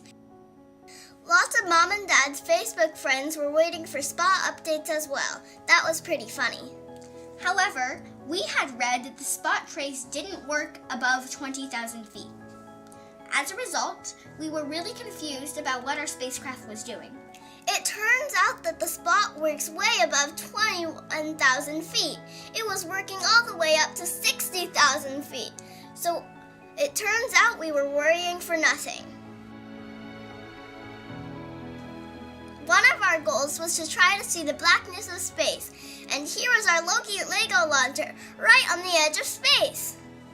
We were not able to film the balloon bursting because our camera battery died, but we're glad we were able to film this. When our balloon burst, the spacecraft came down really fast, even with a parachute. We chose a launch site in central Washington to make sure that it didn't land on anyone, except maybe a cow. I'm sorry about climbing the fence. Thank goodness for GPS. We would never have found it without GPS. We even walked right by it the first time. We learned a lot of things from this project. Always be optimistic, because we thought things were going wrong when in fact everything was working out just fine. And if we had a redundant tracking system, we might not have been so worried. And it's not good to speculate. You always want to rely on data and facts. And having a good project plan is a really good idea. And having an awesome teammate is also a really good idea.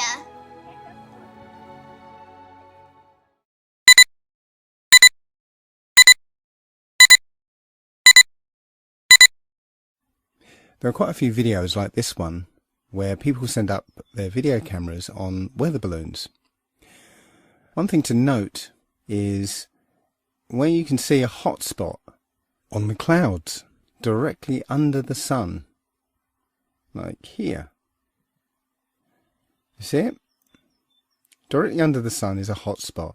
Now, that would be impossible if the sun was 93 million miles away. But also note how the sun appears to move with the Earth. As the camera rocks about, you'll see the sun moving around with the Earth. Now again, if the sun was 93 million miles away, you wouldn't see that. Just like if you were on a speeding train, the trees next to the track will whiz past you, but the mountains in the distance would, well, they'd hardly move. And if the sun was behind those mountains, the sun wouldn't move at all.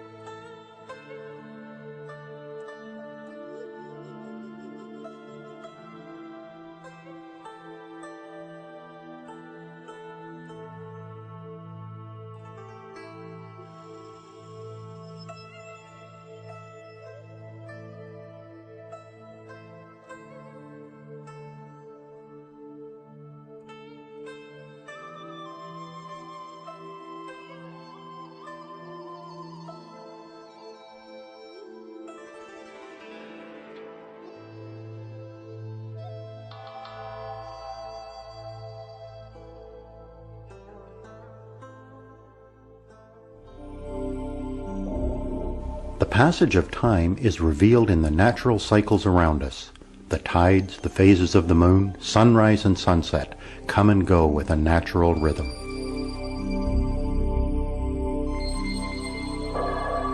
Incredibly, the human mind recognized these cycles and created instruments to measure and record time. The earliest people marked the important sunrise of solstice with standing stones.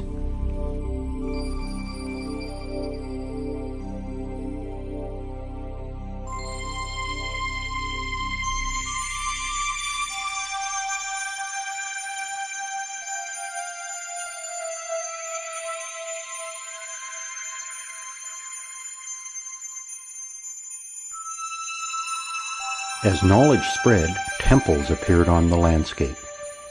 Stonehenge, created over 3,000 years ago, is in fact an ancient timekeeper. Its huge pillars of stone carefully placed to record and predict the rising and setting of the sun, moon, and stars.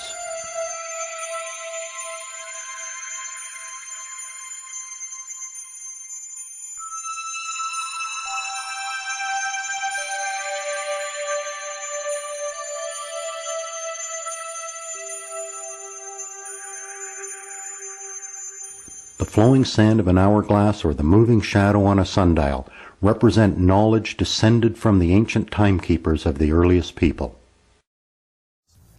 Before the invention of clocks and watches, sundials were used to tell time. In fact, sundials were used in Egypt more than 3,500 years ago. They consisted of a simple stick pushed into the ground, which cast a shadow onto a dial. To mark the passing of the hours, sundial faces were divided into equal parts. The earliest surviving sundial with hour markings date back 1,500 years before the present era. Some of these sundials used tall stone obelisk to serve as a center stick, or gnomon. Still, there was no standard number of markings, so the length of an hour was not the same on every sundial. As sundials became more common, the gnomon became shorter and eventually pointed to the north, rather than straight up. When the length of a day was officially standardized at 12 hours, sundial faces were divided into 12 equal parts. These 12 parts marked the hours from sunrise to sunset. This sundial is a typical example. It is made to sit flat and has a gnomon that, when properly installed, points to what astronomers call the North Celestial Pole, the point in the sky directly above the Earth's North Pole. This sundial was made over 100 years ago for a Member of Parliament, W. Patterson, who lived in Ottawa and later became a senator. The dial was designed by Otto Klotz, an astronomer who worked at the Dominion Observatory. This sundial, made by Pritchard and Andrews, a company from Ottawa, can read to an accuracy of 5 minutes. There are an amazing number of different sundial types. People built sundials to sit flat on the ground, fit flat against walls, or even to be portable like this tiny ring dial. To use this sundial, you need to hold it vertically so that it is pointing towards the north. Sunlight passes through a tiny hole in the side, shining on a scale printed inside the ring to mark the time. I'm going to show you the accuracy of the sundial at Konark Sun Temple in India, built in 1250 AD. People still use it today to tell time. Let me show you a short clip of a tour guide figuring out the time, and then I will explain how the sundial works. 39 12 होने के लिए 39 minutes बाकी है, मतलब 19 minutes. Yes. What is the time? As you can see, the sundial is pretty accurate and people are amazed by it. Let's take a closer look and see how it works. The sundial has 8 major spokes that divide 24 hours into 8 equal parts, which means that the time between 2 major spokes is 3 hours. There are 8 minor spokes as well. Each minor spoke runs exactly in the middle of 2 major spokes. This means that the minor spoke divides 3 hours in half, so the time between a major spoke and a minor spoke is an hour and a half, or 90 minutes. Now, at the edge of the wheel, you can see a lot of beads. If you observe carefully, you can see that there are 30 beads between a minor and a major spoke. So the 90 minutes are further divided by 30 beads. This means that each bead carries a value of 3 minutes. The beads are large enough so you can also see if the shadow falls in the center of the bead or on one of the ends of the bead. This way we can further calculate time accurately to the minute. The sundial shows time in an anti-clockwise fashion. At the top, the major spoke stands for midnight, and this spoke stands for 3 a.m., and this one for 6 a.m., and so on. When I place a finger or a pen at the tail of the animal in the axle, the shadow will fall on the edge of the wheel. Now, I simply note the bead where the shadow falls. Using the math we did before, I can easily tell the current time precisely down to the minute. Imagine how much time and coordination would have happened between the astronomers, engineers, and sculptors to create something like this 750 years ago. If you're observing closely, you would have 2 questions in your mind right now. The first question would be, what happens when the sun moves from east to west? Since the wheel is carved on a wall, the sun would not shine on this wheel at all. How can we tell time in the afternoons? Now, the Konark Temple has another wheel or sundial located on the west side of the temple as well. You can just use the other sundial that'll work perfectly from afternoon until sunset. This is the second and the most interesting question. How do you tell time after sunset? There would be no sun and hence no shadows from sunset till the next morning's sunrise. After all, we have 2 sundials in the temple which work only when the sun shines. To this question, I want to point out that the Konark temple does not just have 2 wheels like this.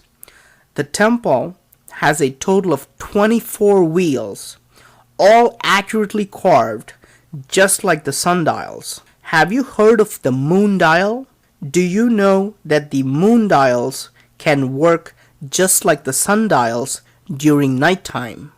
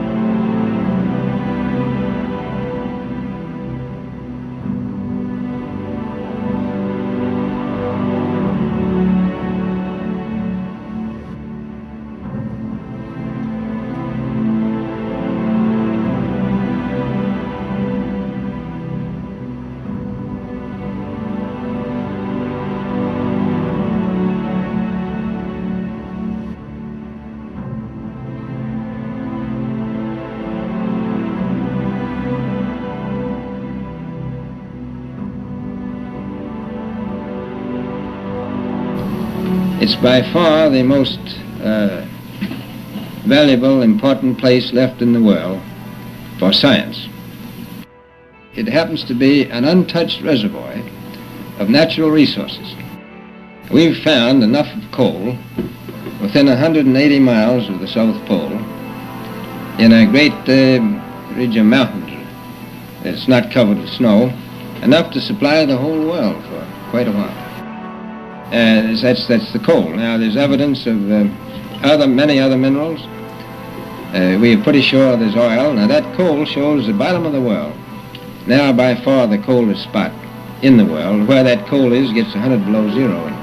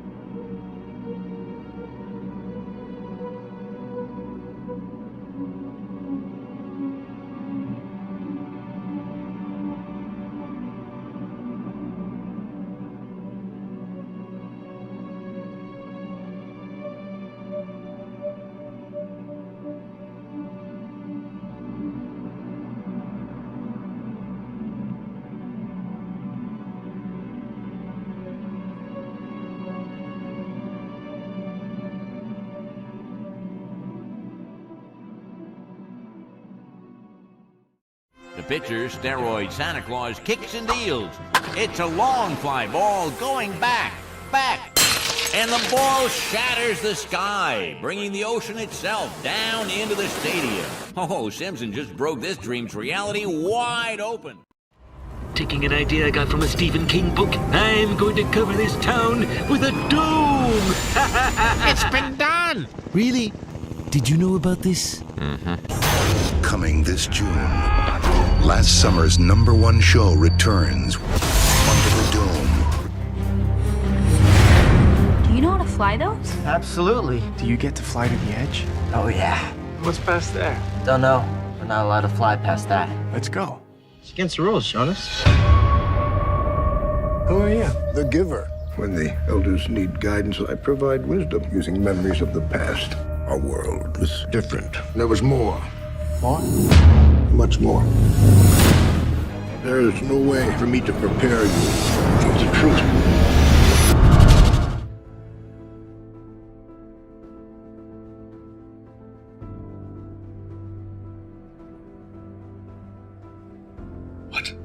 Right before your surgery, I asked if you had packed your cell phone, and you said, which one?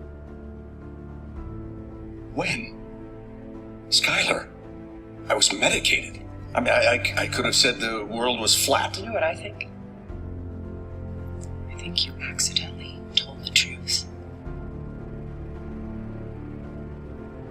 1,500 years ago, everybody knew the Earth was the center of the universe. 500 years ago, everybody knew the Earth was flat. And 15 minutes ago, you knew that people were alone on this planet. Imagine what you'll know tomorrow. Yeah, it was a surprise. Big surprise, yeah. It's cold out here. Yeah, it is. It's like the South Pole. It's like the deep South Pole, if there was one. There isn't, though. Thanks for walking me in my door. Why you put them rats in my locker, man? I thought it would put things in perspective for you. No, Kay, it's actually kind of sad, man, really. We need to let them out of there. I mean, they need to know the world is bigger than that. Still a rookie. Mom.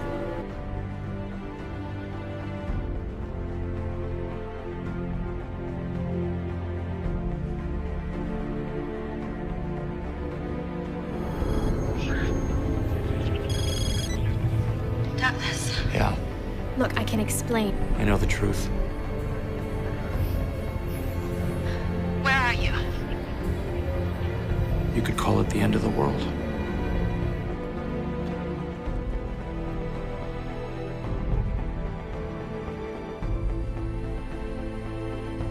What would you do? What would any of you be willing to do? Would you brave the weird and haunted shores at world's end?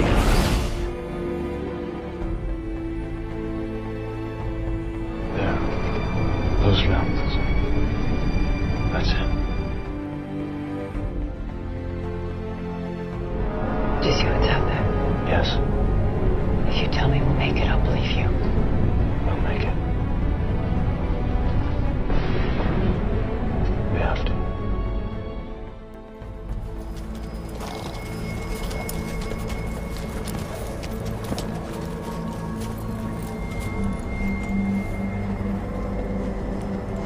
Welcome.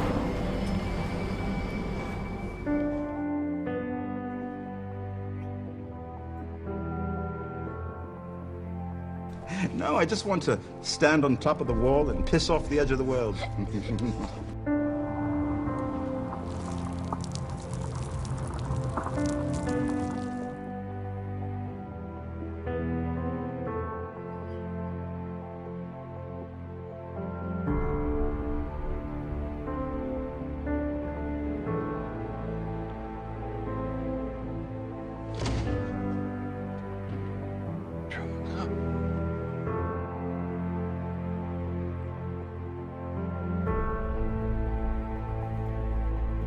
But remember, Nick, you were the one who came looking for me. So you might want to ask yourself, did I find what I was looking for?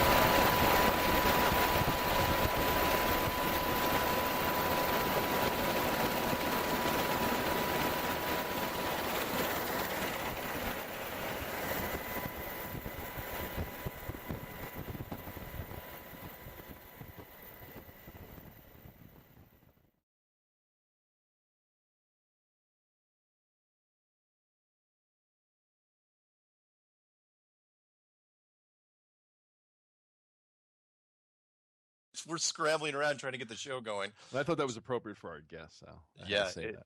yeah, it is appropriate right now, and I am very excited. Jonathan's excited because someone reached out to us this week, and 'cause I get a lot of phone calls and a lot of emails, and this guy, basically reached out and says, "Look, I'm in the military, and I might be able to help prove the Earth is not a globe, not a sphere, could be flat, and he's got stuff to back it up." So it is my personal pleasure to introduce an active member of the United States Navy. His name is Robert. He is a NATO Sea Sparrow, and correct me as I'm doing this, NATO Sea Sparrow Surface Missile System instructor. He's a master training specialist. And he's here, tonight to confirm three things, for this movement. One is, from everything he has observed during the last tour, there is nothing, absolutely no curvature to the Earth that he can determine. Two, there is no Coriolis effect taken into account with the ranged weapon systems he has been working with over the years. Three, the navigation systems currently being used by the United States Navy on the high seas, when you compare them to basic trigonometry, and he'll break it down for you, seem to be completely wrong. And there's many other points besides that. And wow, I'm just blown away that he is here. Robert, are you there with us? I am, Mark. Fantastic. Well, do this for us, Robert. Let's get your credentials out of the way, and let's start from the beginning. When did you first enter the United States Navy? I entered back in 2006 in June, right out of high school. Cool. And went to boot camp shortly after that in the middle of June. Okay. And after I finished my basic training, I went on to my A school, which was a pretty standard electronics course that dealt with a lot of basic troubleshooting, maintaining, repairing, whatnot. And that was out of Great Lakes, Illinois. And after that, I went on to my C school, which was more specified to a weapon system. As you said before, I work on NATO Sea Sparrow surface missile system. Mm-hmm. And after that, after that training, I was stationed on board the one of the amphibious assault ships at the time, where I did 5 years on board and worked with the system day in, day out. And this was the Iwo Jima? Yes, this was LHD-7 USS Iwo Jima. And afterwards, excuse me, I went on to become an instructor where I'm training the future fleet. Fantastic. So how many years did you do on the and I, by the way, I've been boning up on this, on the WASP class Iwo Jima? I did 5 years in total, yes. And so and what you were talking to me about yesterday is you with the Navy, they do like 5 years on at sea and then several years on land? Yes, they just rotate us back and forth. Okay, cool. And then so for the last 3 years, you've been training people in the systems, in the Sea Sparrow systems that you've been that you learned for the last 5 years. Yeah. Wow. Definitely, it's been pretty fun so far. Good experience. Fantastic. All right. As a ship is perceived to be dropping below the quote-unquote horizon, all you got to do is zoom in on it, and all of a sudden, poof, the bottom of the ship where it meets the water is back in observance again. This doesn't add up, because at 15 nautical miles, there's several feet to be dropped around a curved Earth. Yeah. So it just doesn't add up at all. Wow. And you noticed that on a regular basis, and did it bother you? Because you were in a vantage point that most people don't have, and that was you were in the middle of just about every type of ocean, but calm oceans, and you were viewing ships, whatever, I imagine most of them were various allied ships that are around, and you could see the bow no matter where you were. I mean, this was a consistent thing you were witnessing all over the place. Yep. And, the thing was, I never thought about it at the time. I can only tell you the account I have of what I did out there. But like, it's something I just never thought about, because much like everybody today, it's not something you're just actively looking for. You go with the preconceived notion and you move about your day. You don't even think about it. Yeah. Did you think, I mean, did you have any concept of what it was? I mean, did you think it was refraction? Did you think it was just, a humidity issue, an optical illusion? Did anything cross your mind, or did you just kind of say, that sort of stuff happens, I don't care, I'm going to go about doing my own thing? It was kind of the latter that you just mentioned, but like looking back on it, hindsight being 2020, and everything I've learned about like, refraction and mirages and all that stuff, and how mirages always are inverted. This wasn't a mirage. I could see the ship perfectly. It wasn't, it wasn't cutting any of the image out. It wasn't flipping it over. It definitely was the actual object. So Wow. That's fantastic. Tell us a little bit about the Sea Sparrow surface missile system as far as how it tracks. So you're pointing, you're illuminating the target, correct? With that system? Yes, and this is actually something that anyone can look up online. You can go to Wikipedia and look this up yourself. We're not giving away classified information here. This is fully something. This is, they have whole pages about this. But basically, the way our system works is we're an 8 missile launcher, and we have other subsystems that basically allow us to produce RF, or radio frequency, that we illuminate any target with, whether it be a threat or not. And that's how we track. It's by direct line of sight. And specifically, our fire control radar, we actually use a 2-degree pencil beam. It's very, very tight beam, so there's very little room for deviation on that, and it's a direct line of sight radar. Okay. And we're able to track targets up to 50 nautical miles away, and on a curved Earth, that just doesn't add up. Because that should be impossible at 50 miles. And I'm looking at the chart, and I'll put this up on screen as we're putting this thing up on YouTube. But the chart, and this is very similar to the Chicago thing that's been going on. Have you kind of followed the Chicago skyline?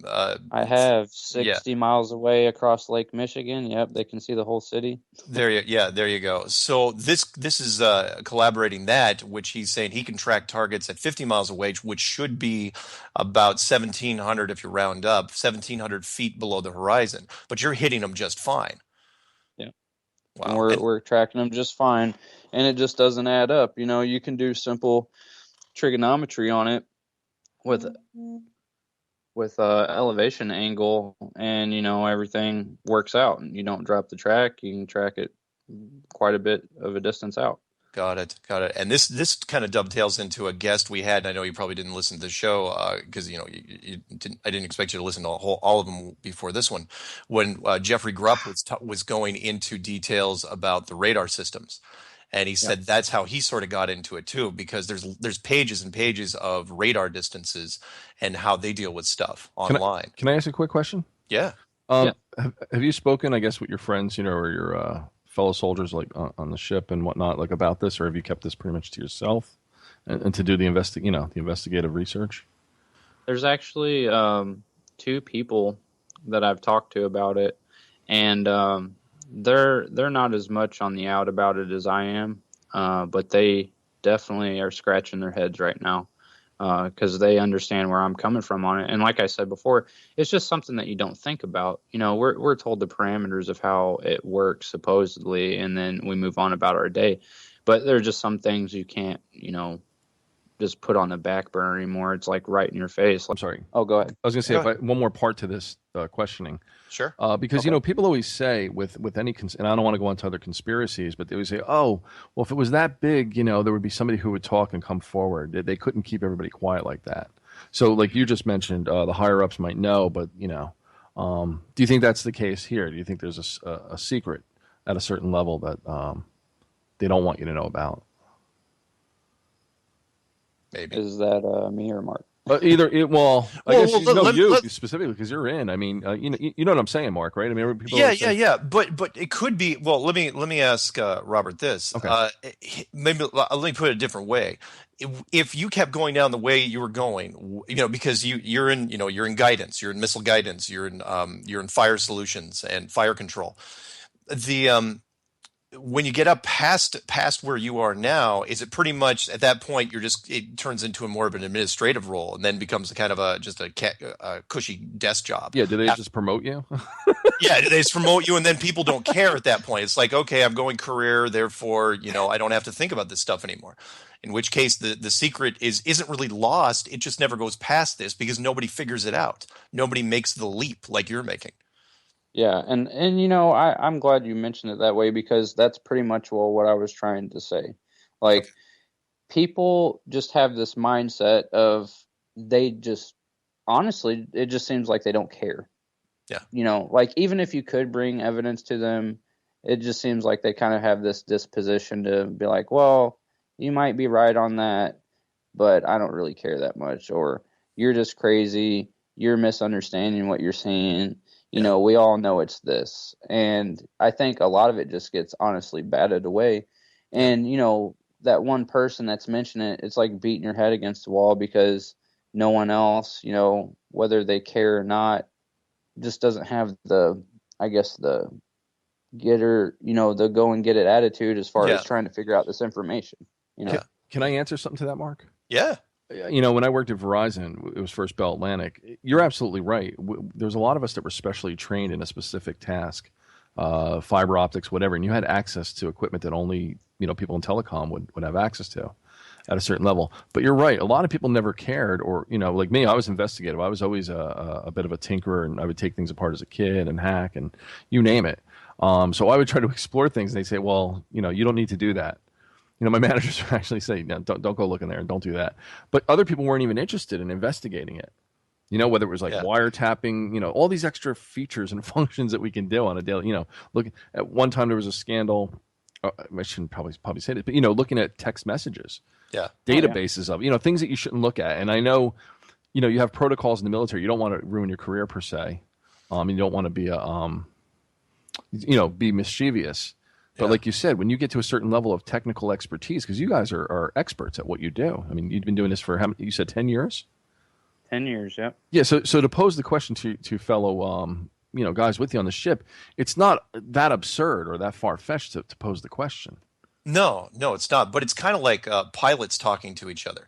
Remember, because the arguments always come up, why don't more pilots know that the maps are wrong, that the GPS system is wrong? And it's because there's two reasons. One, because you got to make that massive leap of faith. And two, if you do make the personal leap of faith, who do you tell it to? Because a lot of the guys, like especially in the military, they're just doing their time. They're just there. They're just going to put in their years and get out. And so you probably bring it to them, and they just don't get the magnitude of it because you'd probably bring it up to them. They'd be like, "Yeah, I got better fish to fry."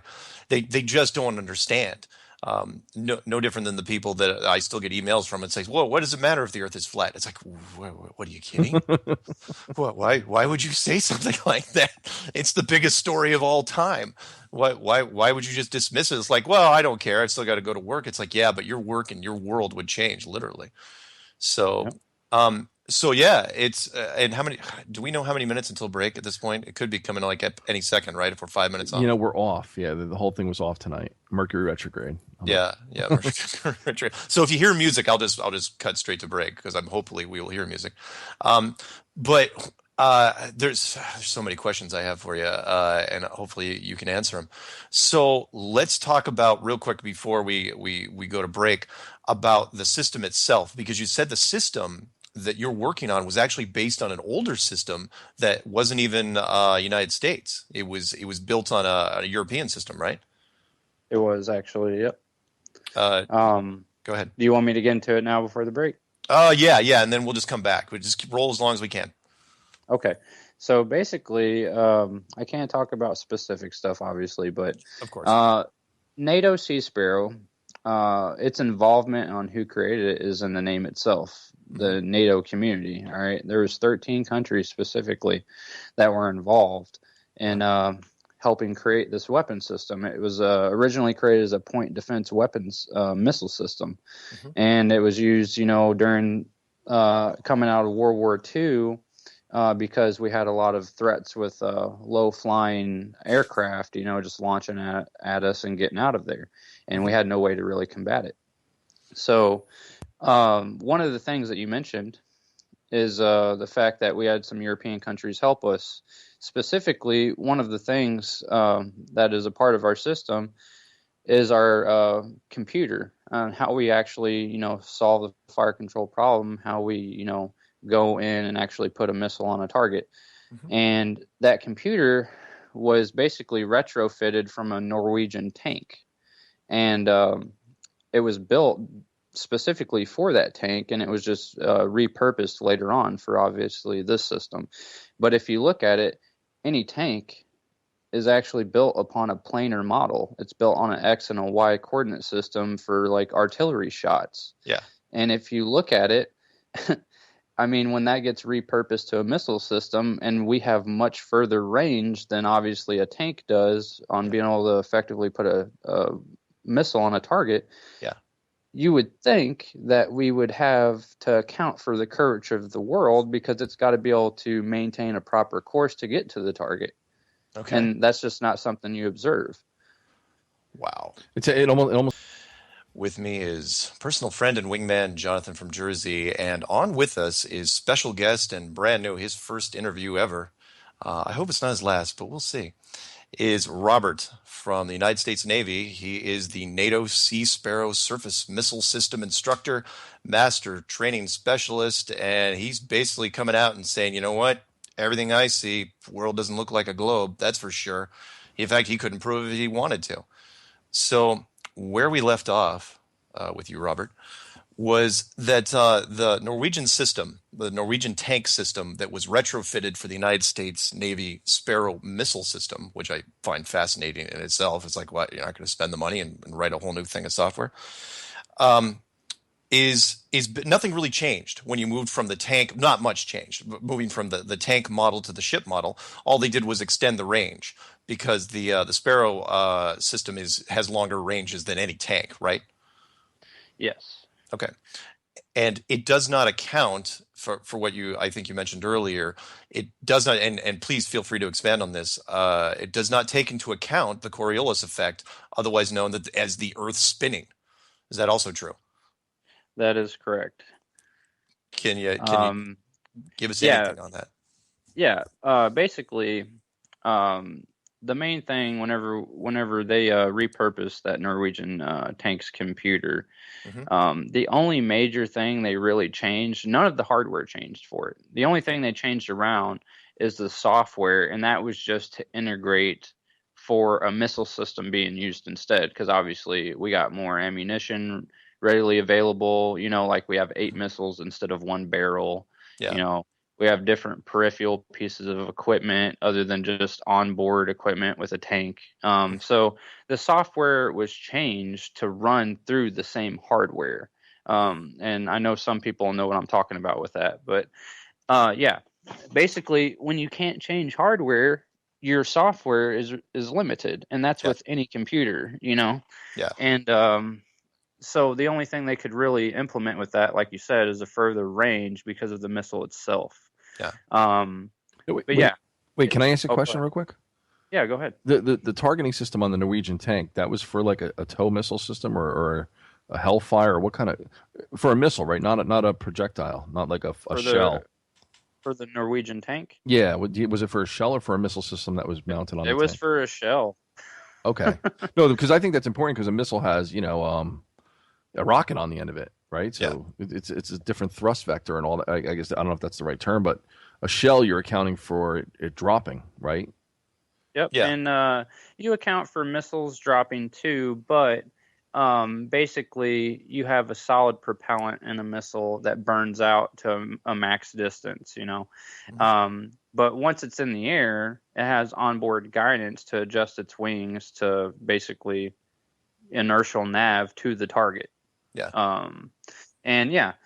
Yeah, basically the Norwegian tank, that computer that was repurposed, its whole purpose was just to fire shells, a standard gunpowder shell, sabot, and that was it. And basically we all know and can look back to artillery and cross-reference this. Artillery is always done from a plane or module. It's never taken into effect with Coriolis effect and, curvature of the world. Even though you hear those buzzwords all the time, you can look back on many articles from professionals that's done 20 years in the Army and worked with howitzers and all that stuff. They've never once taken the Coriolis effect into consideration. And that's a good point to bring up. I'm not cutting you off. I just have to add this in though, because I did get a letter from, he's obviously not there doing an interview. I wish more military people would come out and talk about this, but I got a letter from a howitzer, guy out that was stationed in Fallujah. And he said, and I remember reading it for Jonathan, and I think I talked about it on air a little bit, where he said that, the fire control, the computer takes over, of course, but there's someone always doing a manual calculation right next to it.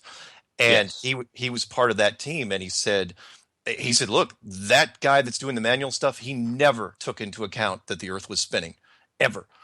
And he goes, I don't know where, in fact, it's almost like it's just been passed down from generation to generation, kind of like one of those whispers. It's like, oh yeah, they talk about it like, oh yeah, we have to deal with Coriolis effect, but nobody actually does it. It's just one of those things that, in case anybody asks, it's like, oh yeah, we account for that. But what you're saying is basically confirming what he's saying. He's in the Army, you're in the Navy firing missiles, he's firing artillery shells, and you're saying curvature, or I'm sorry, the spinning of the Earth doesn't factor in at all to the calculations. No, it doesn't. And like I said, just to kind of put that whole nail in the coffin on the Coriolis effect, in my, from what I've seen, what I've observed, I think it's almost like it's a buzzword, like it's just a cool thing to mention, like, oh yeah, we take shots so accurate from so far away, and we even have to account for the curvature of the Earth and, the spinning of the Earth just to, prop it up like it was such a impressive, feat to obtain. And I think that people just kind of went along with it. And like you said, since so many people, the whole parroting community that we have today, they're just like, Brock, Coriolis effect, and so that's really what it is. Yeah, it's a good news story, but you're basically saying, look, I fire this stuff. It isn't there. It does not happen, and you're not firing. It's not, people would. I'm not kidding. When I first heard about the sniper stuff, that the snipers have to account for Coriolis effect, I'm going, what are you talking about? I shoot. I've never heard nor read an article nor seen any calculation, and I've read a lot of firearm periodicals in my day. And so when the artillery guy came out, it was like, oh yeah. And then when your stuff, we're not gonna say exactly the range of the Sparrow, but the Sparrow fires way longer than an artillery shell. Look, if it doesn't account for the Coriolis effect with the Sparrow, you're never going to see it after that. But wait, we're talking about line of sight targeting or GPS for the projectile, for the missile. For the missile, it's line of sight targeting. That basically, like I said earlier, we track the target with a illuminator, and it's basically just another piece of gear that's tied into ours.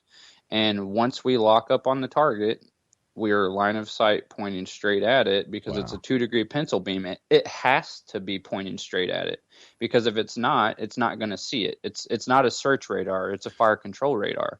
And, if you're supposedly looking at something, 50 nautical miles away around a huge curve. Yeah. So real quick, because I want to review it, because again, I know we're going to be kind of beaten on this, but this is important information, and repetition here is the only way we're going to get through to some people. So when you're using the Sea Sparrow system, the missile system, the missile is not guiding itself. You are guiding it from the ship with a 2-inch beam, right? We actually are using a 2-inch beam, and basically how it works is we have a frequency that we hit the target with, and then the target reflects that frequency. It reflects the RF, and when our missile's in the air, our missile sees that reflected energy, and then it hones in on it and makes its own onboard adjustments. Got it. Based upon the reflected energy.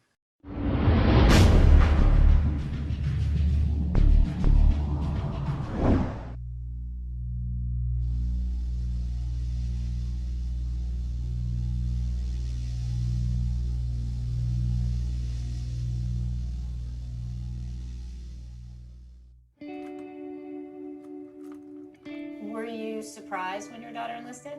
Not at all. She's a born leader. I know I've been taking orders from her since she was 5 years old. So you don't worry about her? Of course I worry about her. I fought in the war in '96. I know what those things are capable of. But I know what my daughter is capable of. And I know this planet is safer because she's defending it.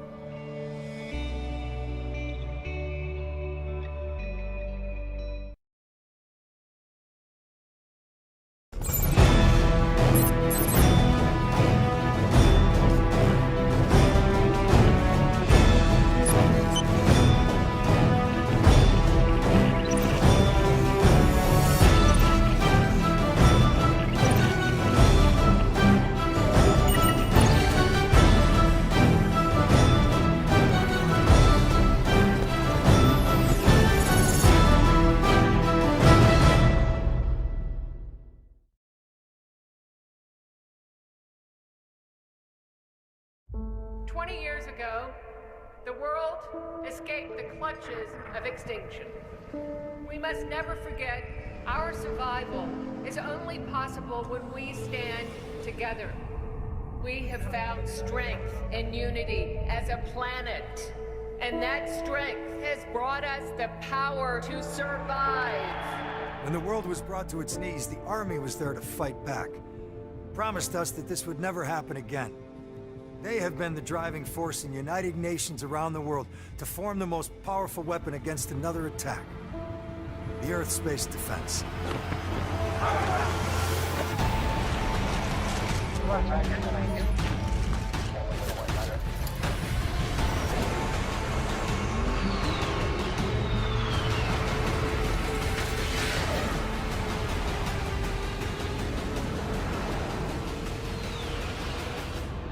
Brave men and women of the ESD are making sure that the War of '96 will never happen again. Join Earth Space Defense. Next time, we will be prepared.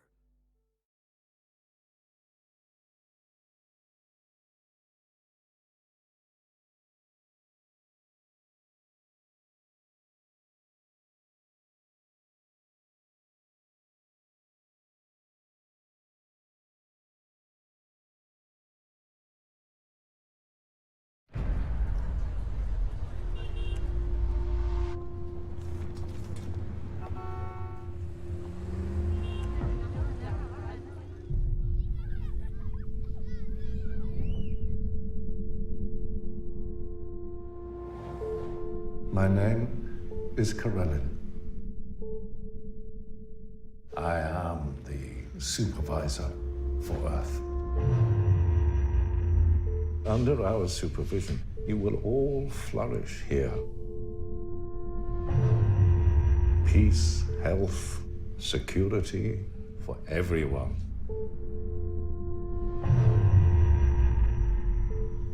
Why are you here? We need a messenger between the overlords and Earth.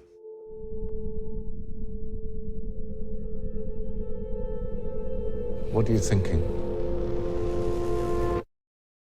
I'm thinking I want to see who I'm talking to.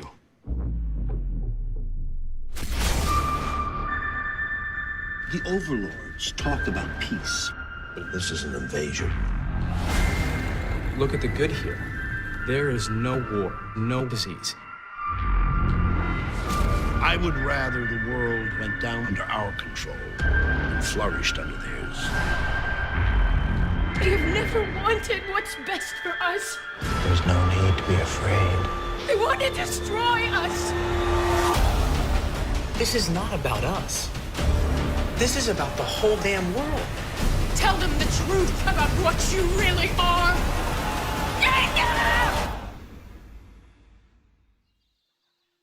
This world will be okay. Won't it?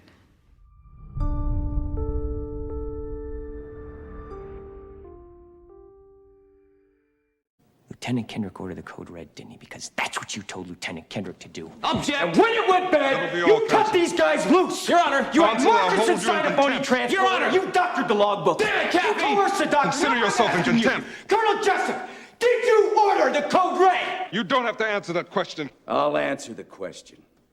You want answers? I think I'm entitled. You want answers? I want the truth! You can't handle the truth! Son, we live in a world that has walls, and those walls have to be guarded by men with guns. Who's gonna do it? You?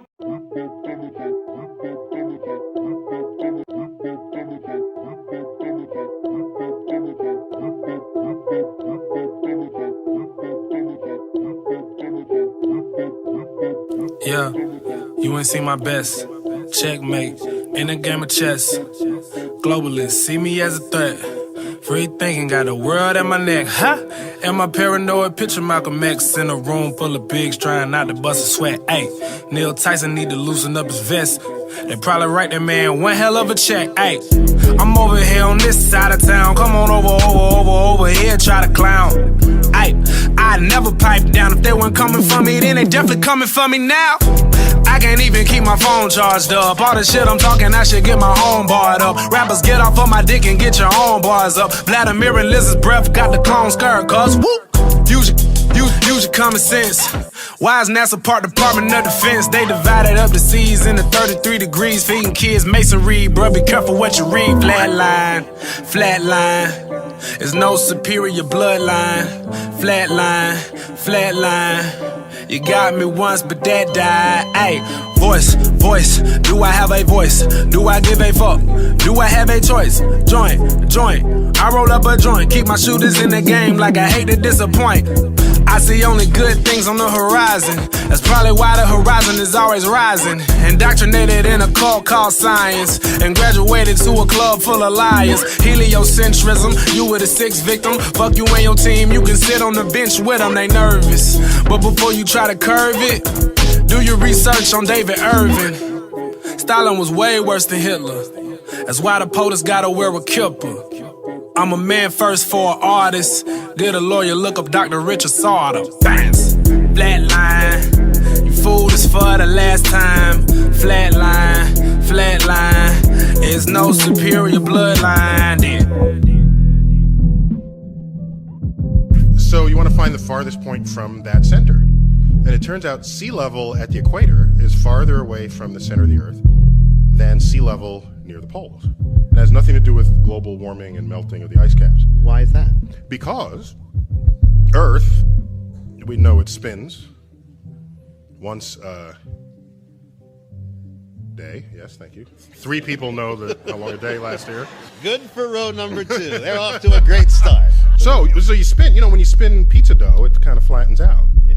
Gets wider in the middle. And so Earth, throughout its life, even when it formed, it was spinning. And it got a little wider at the equator than it does at the poles. So it's not actually a sphere, it's oblate. And officially it's an oblate spheroid. That's what we call it. But not only that, it's slightly wider below the equator than above the equator. A little chubbier. Yeah. Chubby's a good way. It's like pear-shaped. Yeah. So it turns out the pear-shapedness is bigger than the height of Mount Everest above sea level. The pitcher, steroid Santa Claus, kicks and deals. It's a long fly ball going back. And the ball shatters the sky, bringing the ocean itself down into the stadium. Oh, Simpson just broke this dream's reality wide open.